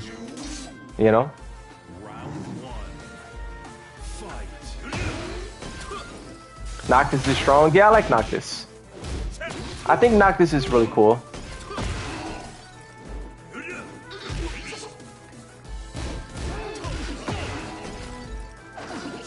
I do make fun of him a lot, but I can't help it. Can't help it, you know?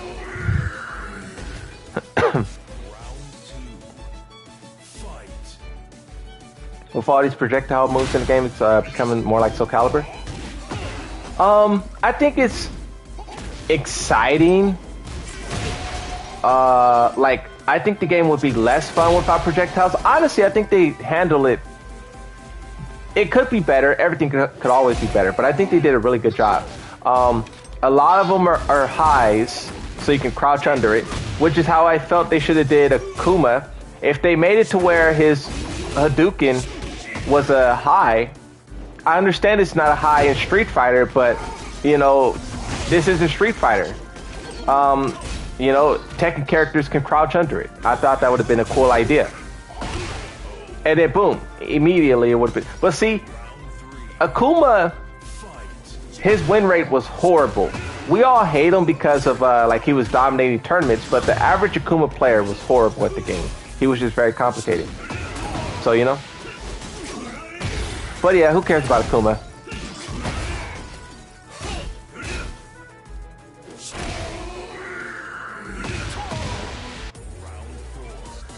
Does anyone miss Tekken 7? No, I don't.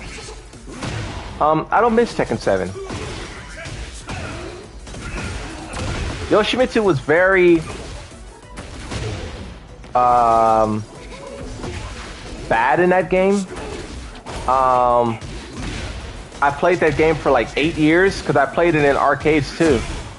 Yeah, I don't know. I had my fun with that game, but I definitely was ready for the next one. And this Yoshimitsu is really fun. He is like kind of restricted. He's not the same as the other Yoshimitsu, but you know. Yeah, Yoshimitsu sucked in Tekken 7. He was absolute garbage in that game.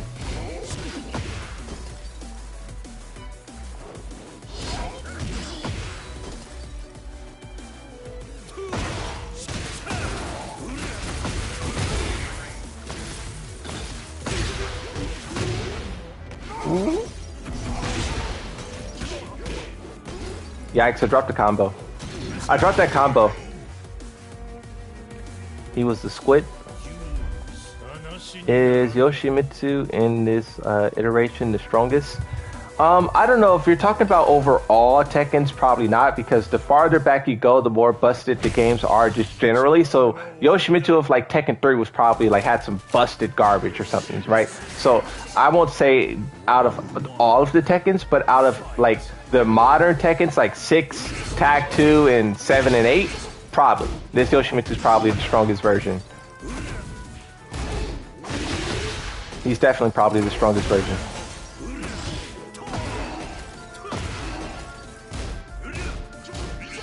And really, it kind of boils into what they did with Eddie. They streamlined, is what they said. Streamlined a lot of these characters. Eddie in the past, or Eddie and Yoshi in the past, were kind of their own entities. But now, they're more like normal Tekken characters. Like, I mean, Yoshimitsu, really, if you think about it, Yoshimitsu isn't doing anything that your character is not doing. He just has the flash, and he has like 1 or 2 unblockables. A lot of his unblockables aren't unblockables anymore, and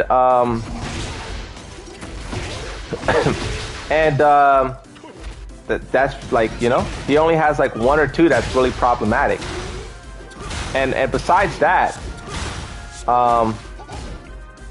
you know, his stances are more so. His stances are really simplified as well. Like, what's the difference between Yoshimitsu's stance and Jin Kazama's stance? Not much, in my opinion. His stances was so much. When he went into no sword stance in past games, it really was like he was a different character. Now he's still the same character.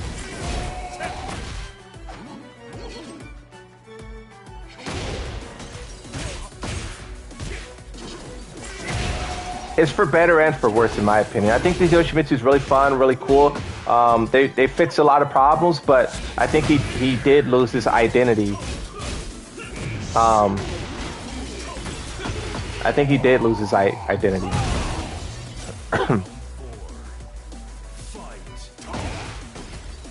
I don't want Lei Wulong in this game. What DLC characters do you guys want? Let's talk about DLC characters. Who are you guys? Because the next DLC character they show will probably be at EVO Japan, right? Because Eddie's going to release, so now they got to move on to the next character now, right? So who's that next character going to be? Who do you want it to be? Who do you think it's going to be? I think it probably will be a female character. I'll be very surprised if they do another male right away. I think it will definitely be a female character. I don't think it will be Anna though. I will be very surprised if it's Anna. I feel like Anna is something they'll save until season 2 or season 3. So I don't know who they can. I tried to do a Tekken 7 combo.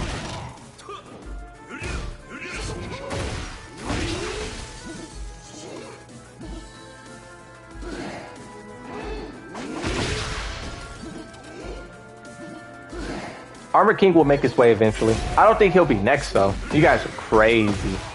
Now Armor King, he'll definitely be in the game.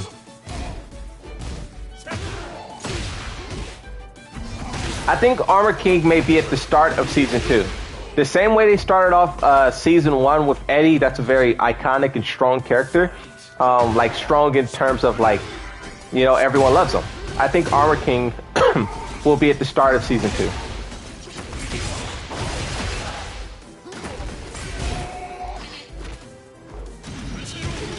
Lydia?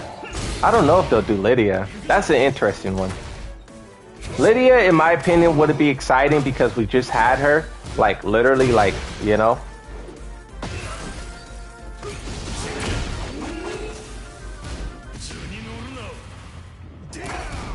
Oh! Oh, I wasn't prepared.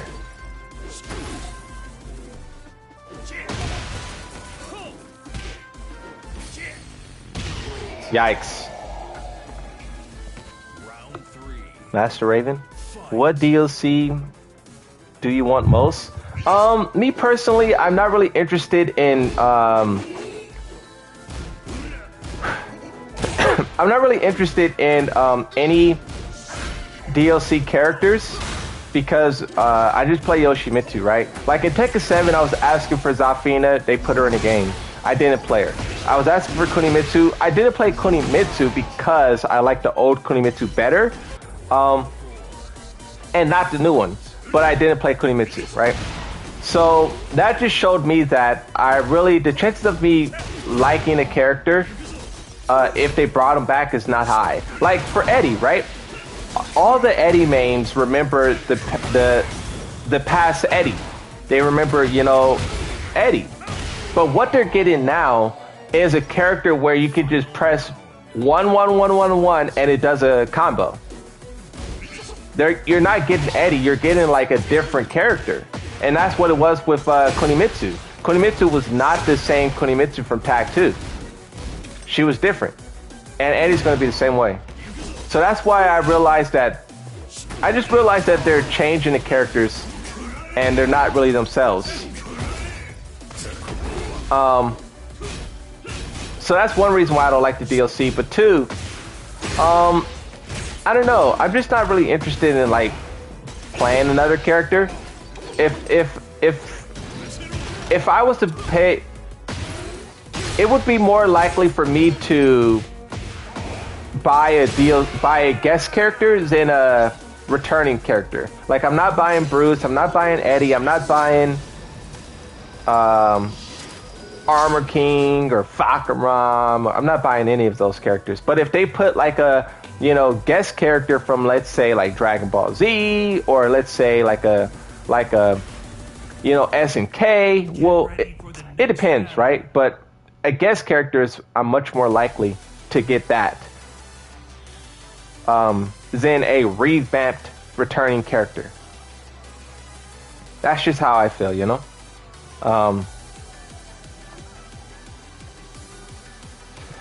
Or a brand new character like Azazina in the beta. I thought Azazina was really fun, and I still kind of want to play her, but I'm just not really interested in playing her. But I think a new character. I'm really likely to buy a new character as well.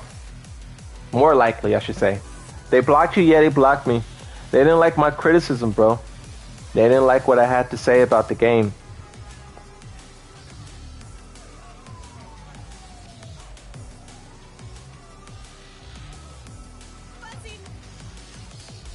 They didn't like my feedback.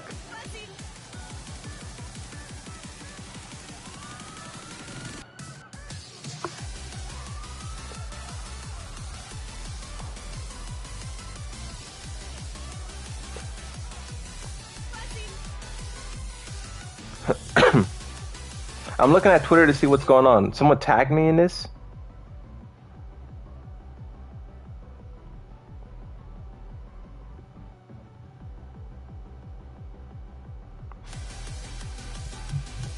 People really be trying to self-promote like crazy.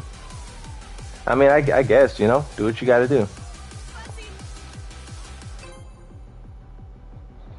Oh, I didn't even realize that. So you know how we were talking about, you know how I brought the quote that Harada, that executives at Bandai Namco are only interested in milking Tekken 8? Someone just said that.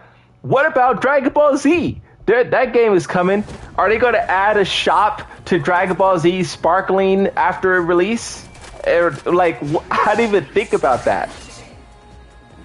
The same executives that are currently upsetting us now, they're going to come back like Kazuya Mishima after being thrown off a cliff to ruin Dragon Ball.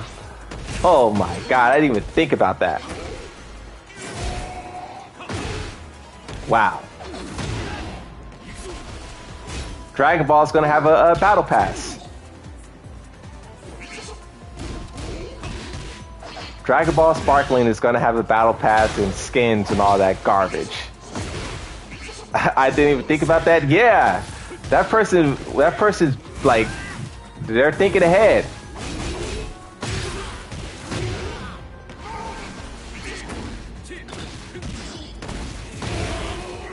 Do you miss Old Yoshi, or do you like streamlining? I miss the Old Yoshi. Well, I don't want to say I miss the Old Yoshi. I really would prefer a combination of the two.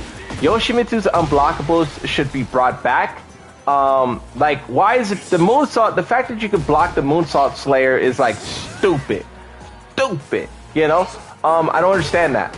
They really should change that.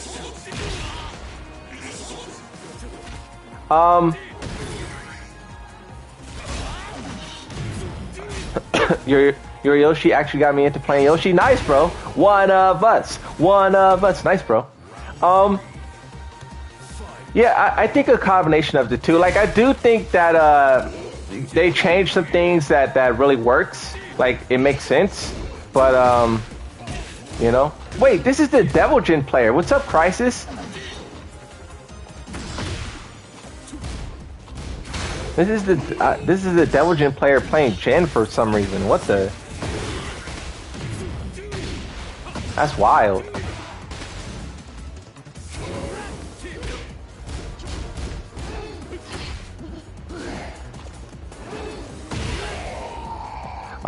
They're gonna be milking both games. Yeah, that's crazy, bro. They're gonna do it.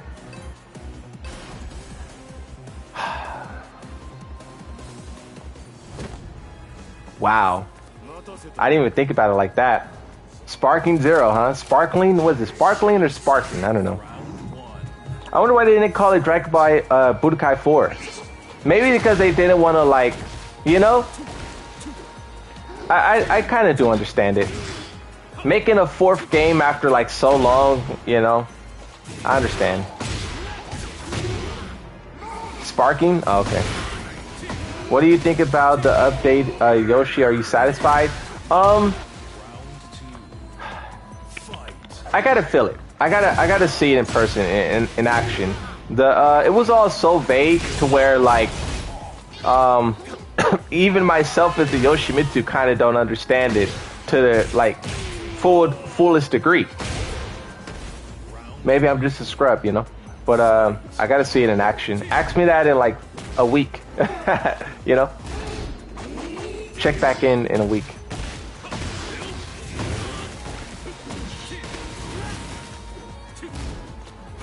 They should have ended it at 7. Tekken 8 is just bad.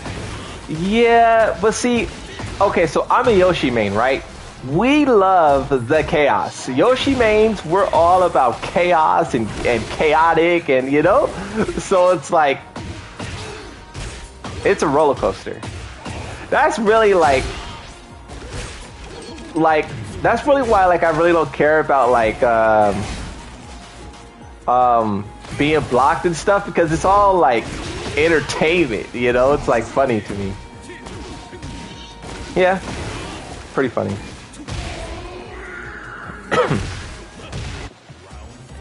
Using heat.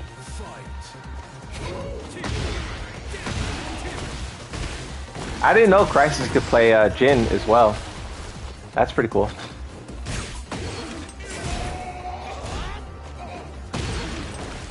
Yikes.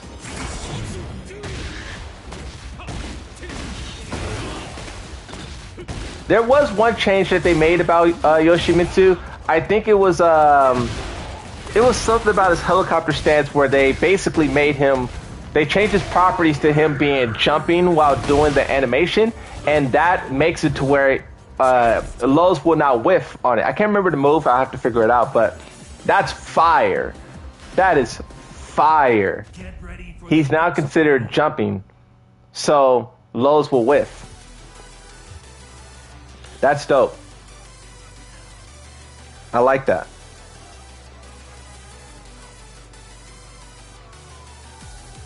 Yeah, I like that.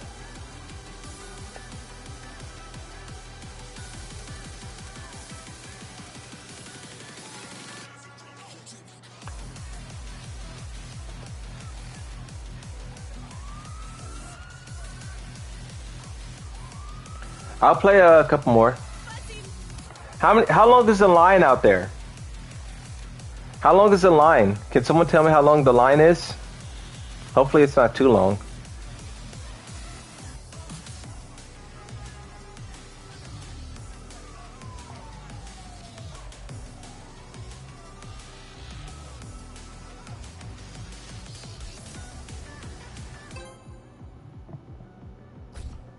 Four people? That's barely a lie. That's like a... I respect it. I respect it. 4?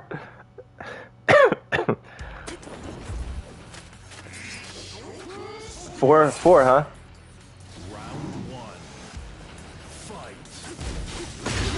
Oh, Lars player.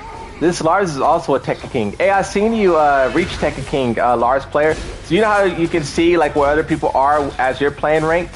I saw you hit Tekken King as well. There's a lot of people who's starting to reach Tekken King now. And it really doesn't even make me feel like that I'm progressing. It makes me feel like everyone of the same skill. Like the ranks is just like still spreading, basically, is how I see it. Like the good players, they moved up, right? They're Tekken God, Demon, or whatever. And then the players under them moved up. And then, you know, me and everyone who's like me, we moved up. It's not really like you're getting better. It's just the ranks are still like spreading out, thinning, you know? A lot of people hit Tekken King like the same week that I did.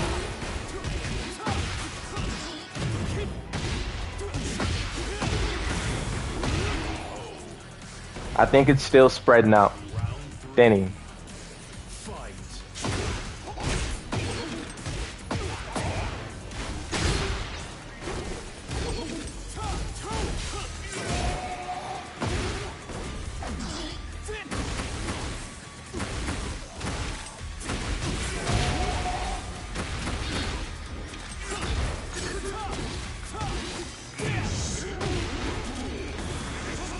Don't crouch. They crouched. I know, was just saying, I know what you mean.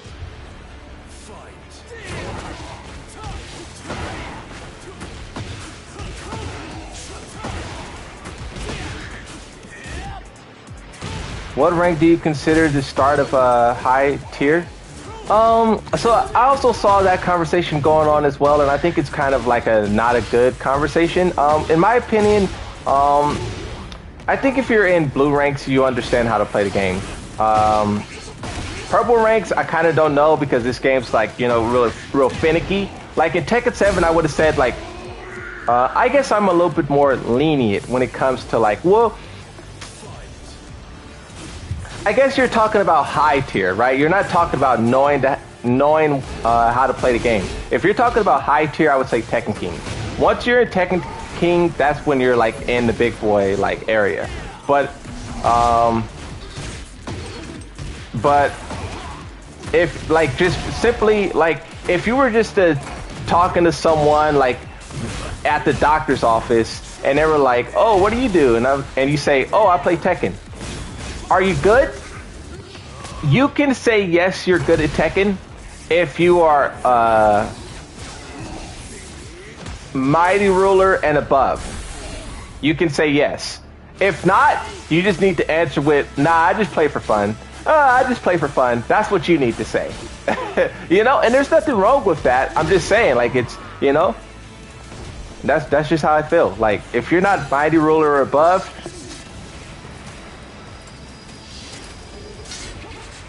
you're just playing for fun. You know? Because I really don't even feel like I'm good at the game. I don't say that like to be disrespectful. I just say that because like I'm trash at the game. I am garbage at the game. And if I'm this high up, what? How did I get this high up? I never understood that. I don't feel like I'm good at Tekken, yet I'm like consistently like always at the top. Like, what is that about? Make that make sense. I don't even be paying attention half of the times when I'm playing Tekken.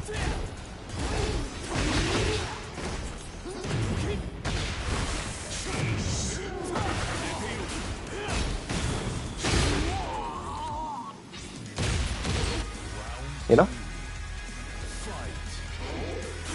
Ah! Wow, he turned around the other way. That Lars player knew that too. I didn't. Yoshimitsu doesn't turn around the other way. Oh, they're doing it! Hey, Lars player. I seen another Lars player doing that, and it's so OP. You're the only other Lars player who I've seen who does that. Check the dono. There's a dono? Dang! hold on. I'll check it. Oh wait, where is it? Oh, I see it. Oh, okay. Hold on. Flash. Oh, Mr. Put. Hey, I appreciate it, Lucifer. Who you main in this fight too? I don't know. I gotta figure it out. I gotta see who all on the starting lineup because they don't got Medusa, they don't got Neef so far, they don't got Scotty. Maybe Cuckoo. Maybe I'll play a mage until some dope hunters show up. But definitely probably Cuckoo for the start.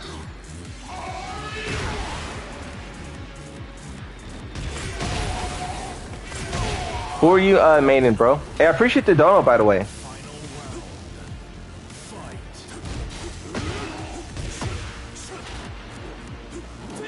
You don't like Arthur? Nah, I really don't like melee characters.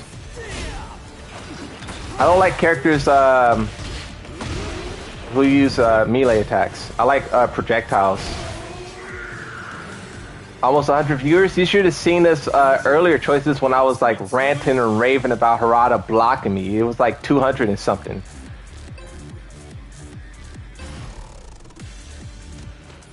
No, Arthur. Oh, Anhar. Nah, I never really played Anhar. Maybe I'll try Anhar I never tried him. Maybe I'll try him with Smite 2. Maybe that'll be my moment. He just was always such a default character to me, so I want something a little bit more, you know, exotic. Look at me, you know, I'm a Yoshi main. You know?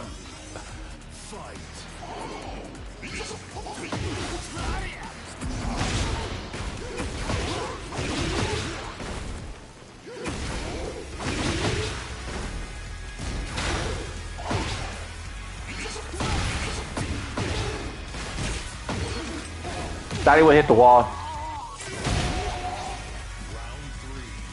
You streaming tomorrow? I don't know. I have to see how it goes. I'll see.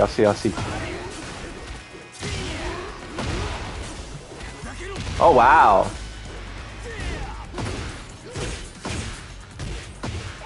I feel like I could be doing a better combo.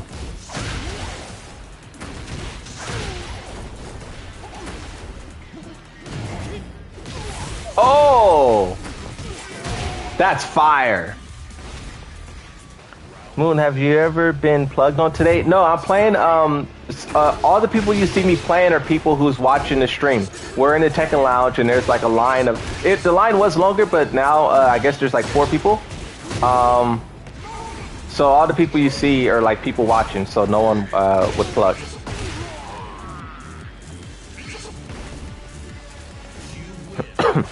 But, when I play normally online, it's a plugging fiesta. It's madness. Hey, GG's, bro. GG's.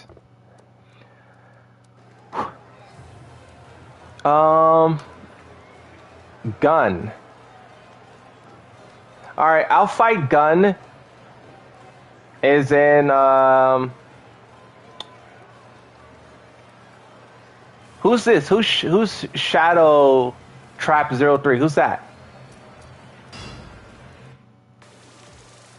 Shadow Trap 03. Who's that?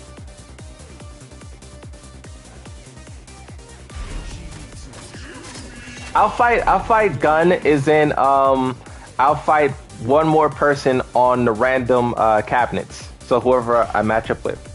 I'm Shadow. What's up, bro? Oh, Shadow Trap? Yeah, I'll do one more match random. Hey, I appreciate the donos and all the memberships. A lot of you guys became members. Some people donated. One person gifted 5 members, got 5 subs. That's fire. Thank you. Get ready for the next I appreciate it.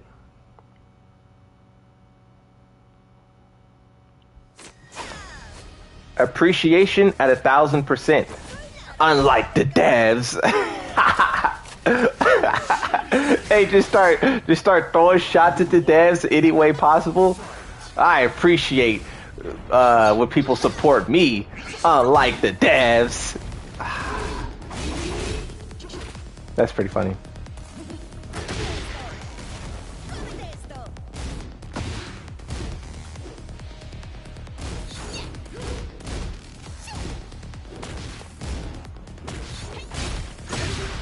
I want to see how Azazina is after the nerfs.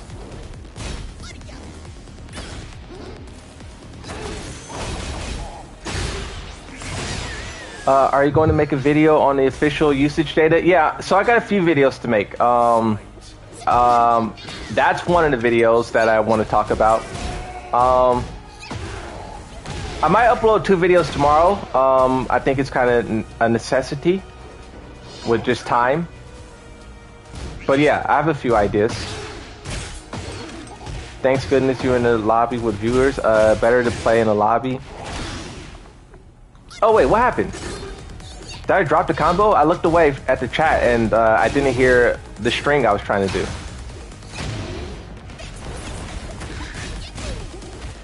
The pushback on that's crazy. The pushback on that is crazy. Thank goodness you're in a lobby with viewers because these close fans these days still. Yeah, plugins out of control, bro.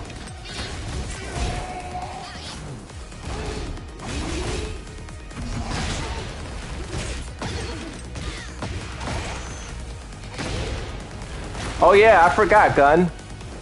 Gun doesn't know how to escape this. Okay. And you're dead. I know Gun probably was like practicing trying to get out of this.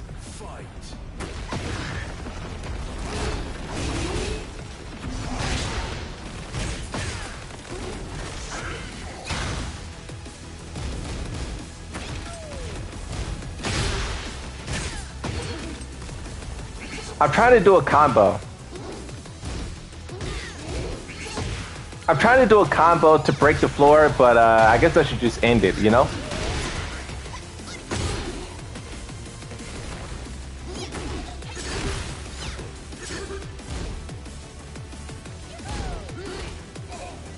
Oh yeah!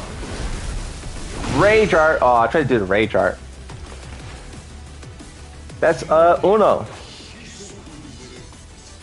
Cope. I hate skill. Love being a pay piggy for Namco Bandai and being rewarded. Our piggy popular characters are the first in the battle pass get paid.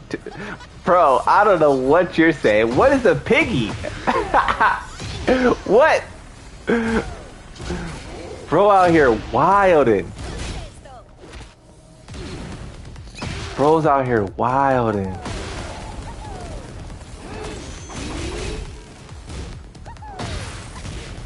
Hey, peace out, bro. Thanks for stopping by. I appreciate the conversation and whatnot, you know?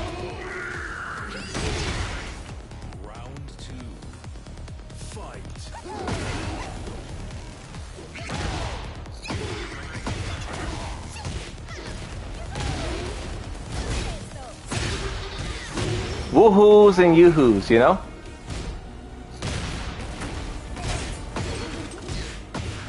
Casual Tekken for sure.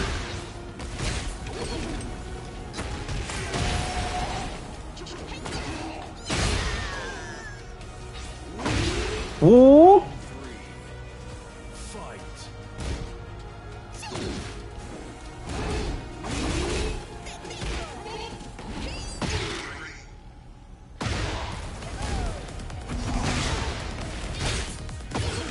Lag affecting my combo.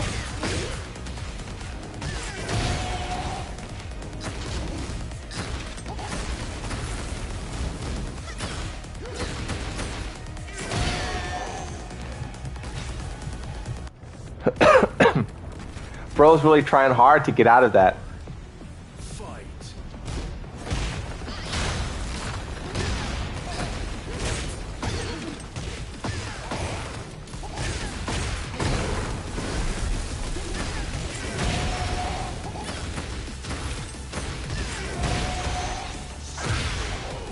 GG's, bro. GG's. GG's.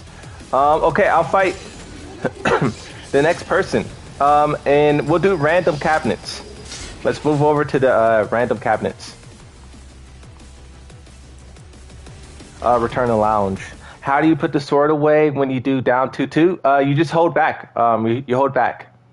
Down 2-2, hold back. Okay, let's go over here, bro. Whoever I fight will be my final opponent, you know?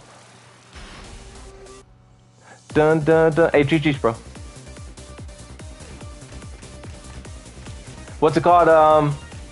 You're learning a lot gun, and the game is definitely helping you out. The character you're playing is definitely helping you out. With you, it's more so trying to defeat Azuzina than it is you, because you're using all of her best tools and tactics as you're supposed to do, right? I do the same thing for Yoshimitsu. We all do. But trying to stop her most dangerous tools is difficult. Get ready for the next battle. But regardless of that, you know, you're doing good. You're progressing. Eventually, your character will overpower me, you know. Eventually. But until then, get down back 3 spammed. Down back 3 spammed. You know? Get ready for the next battle. Alright. Crisis Jack playing Sanchez. I haven't called him that in quite some time. It's difficult to go back and forth between Victor and Sanchez. It takes a lot more thought process than you guys would think, you know? Hey, GG's to everyone else. I appreciate everyone who I played and whatnot. You know? I don't know. Hey, what's up, White Star? How's it going? Any Tekken 8 lore videos coming up? Actually, I do have a... appreciate the dono, by the way, but actually I do. I don't know if you've seen the one that I did on Eddie. I like that so much, bro. A part of me wish that I just did those videos all day. Forget everything else and just those videos. But honestly, I wanted to. But the thing with Tekken 8 is it doesn't provide that much story. It sucks. Like, there's not much story to talk about. Like, for every character. You could talk about like a Reina, a Jin. Like, I plan on doing story definitely after the story DLC comes. But I feel like it's not that much story that I like. Okay, this is what I mean when I say that.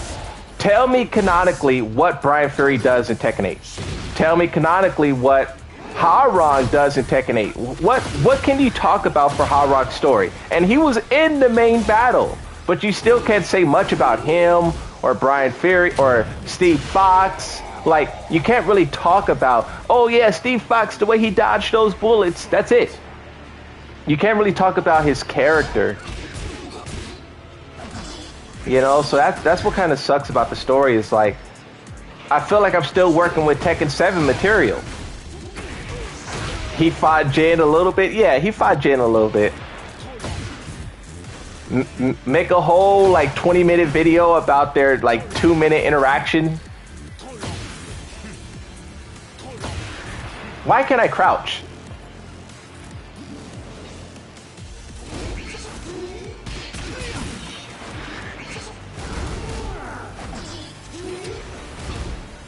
This is absurd. Why did you pick Victor? You know I don't like Victor. Bro knows that I absolutely despise the Victor. And they're gonna pick a Victor and start just like, Ooh. Nah, I'm just playing GG's. You gotta admit, it's hard to make a story with that many characters all included in them. Yeah, it's not hard, or it's hard, but that's why the stories that do it right are so great because of it. You know what I mean? Like, think about the Avengers, right? Thanos, how many different characters had an arc in there? Think about Star Wars, right? Like, you know, like A New Hope or something. How many different characters? Like, that's why the ones that do it right are legendary. It's not easy. It's not easy. But also, the thing about fighting games, and this is what I dislike, this is where the real criticism comes into play. Fighting games, every character has their own individual, like, ending, right? Like, when you fight through the arcade ladder, you get your character's ending. That ending, not all the time, but sometimes is canon, right? It's a canonical story for your character. And in Tekken 8, instead of telling us what happened canonically for all the characters, they decided to make random garbage what-if endings that got boring after the first week of the game. You know? You consume it one time, Steve Fox is so buff, and then that's it. What canonically has Steve Fox done? So that's another reason why I criticize him, is because the endings should operate. Mortal Kombat did it. We all hate Mortal Kombat. But in Mortal Kombat, every single character ending is canon. Every ending is canon. Even Street Fighter. With Street Fighter, theirs is like not even cutscenes. It's like the trash like comic panels or whatever. But it's still canon. You can work with those comic book panels. Tekken 8, they didn't even try to give you canon.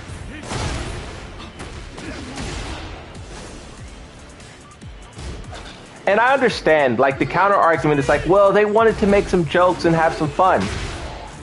In Yoshimitsu's Tekken 1 ending, Yoshimitsu robbed the Mishima Zaibatsu, like, the tournament funds, and he gave it to all of the people, like, just around. Like, he just rode around on a horse giving away the cash. Which is like a story element. But then at the end of it, you had martial law making the shocked face, you know, like, you know, he was shocked. It was funny, but also it was canon. That's all that I'm saying. Is back then they used to do both. Now they only do funny. And it's not even funny most of the time. You know, that's just what I'm saying. Hey, GG's. Yeah, bro, I kind of checked out. Victor was on screen, and I completely checked out. I don't even know what happened that second match. I kind of really don't like fighting against Victor. And I'd be like, whatever, fighting against Victor. So I kind of was checked out of that. How this person got a ghost? Oh, because they're fighting a ghost match. That's dope. When you're fighting a ghost, you see the little ghost right there? When you're fighting a ghost pops up. That's pretty cool. See, it's not there for this person. Yeah. All right. But that's it. That's the video, or that's the, I'm over here doing a video, outro. That's the video. Thanks for watching. Subscribe and leave a like on the channel and check out some of the, but no, that's it, for the stream. I appreciate, everyone watching and whatnot. It was pretty fun, talking trash about, the trash that Tekken is trying to feed us, But, it's time to make some content. I have to edit some videos. Sad face. And hopefully you guys will check those videos out when they arrive, Hopefully you'll check them out when they arrive. But yeah, that's it. I appreciate everyone watching. Do you have faith that Tekken 8 will get better? Monetization-wise, no, I don't. Monetization-wise, no, I do not think so. Thoughts on Eddie? Eddie's cool, but Eddie is Eddie is cool, but he is being simplified, he is being streamlined, and he is kind of like a fraction of what he used to be. He used to be like a unique, cool character, but now he's kind of like another variation of Yoshimitsu is how I see it. So I think he's really hyped. I can't wait to fight against him to see how DLC he is. But Eddie's always an icon, but I want to see how it pans out, But yeah, that's pretty much it though. Thank you guys for watching. I just want to answer those two questions. Yeah, I'll see you guys in the next one. Bye bye.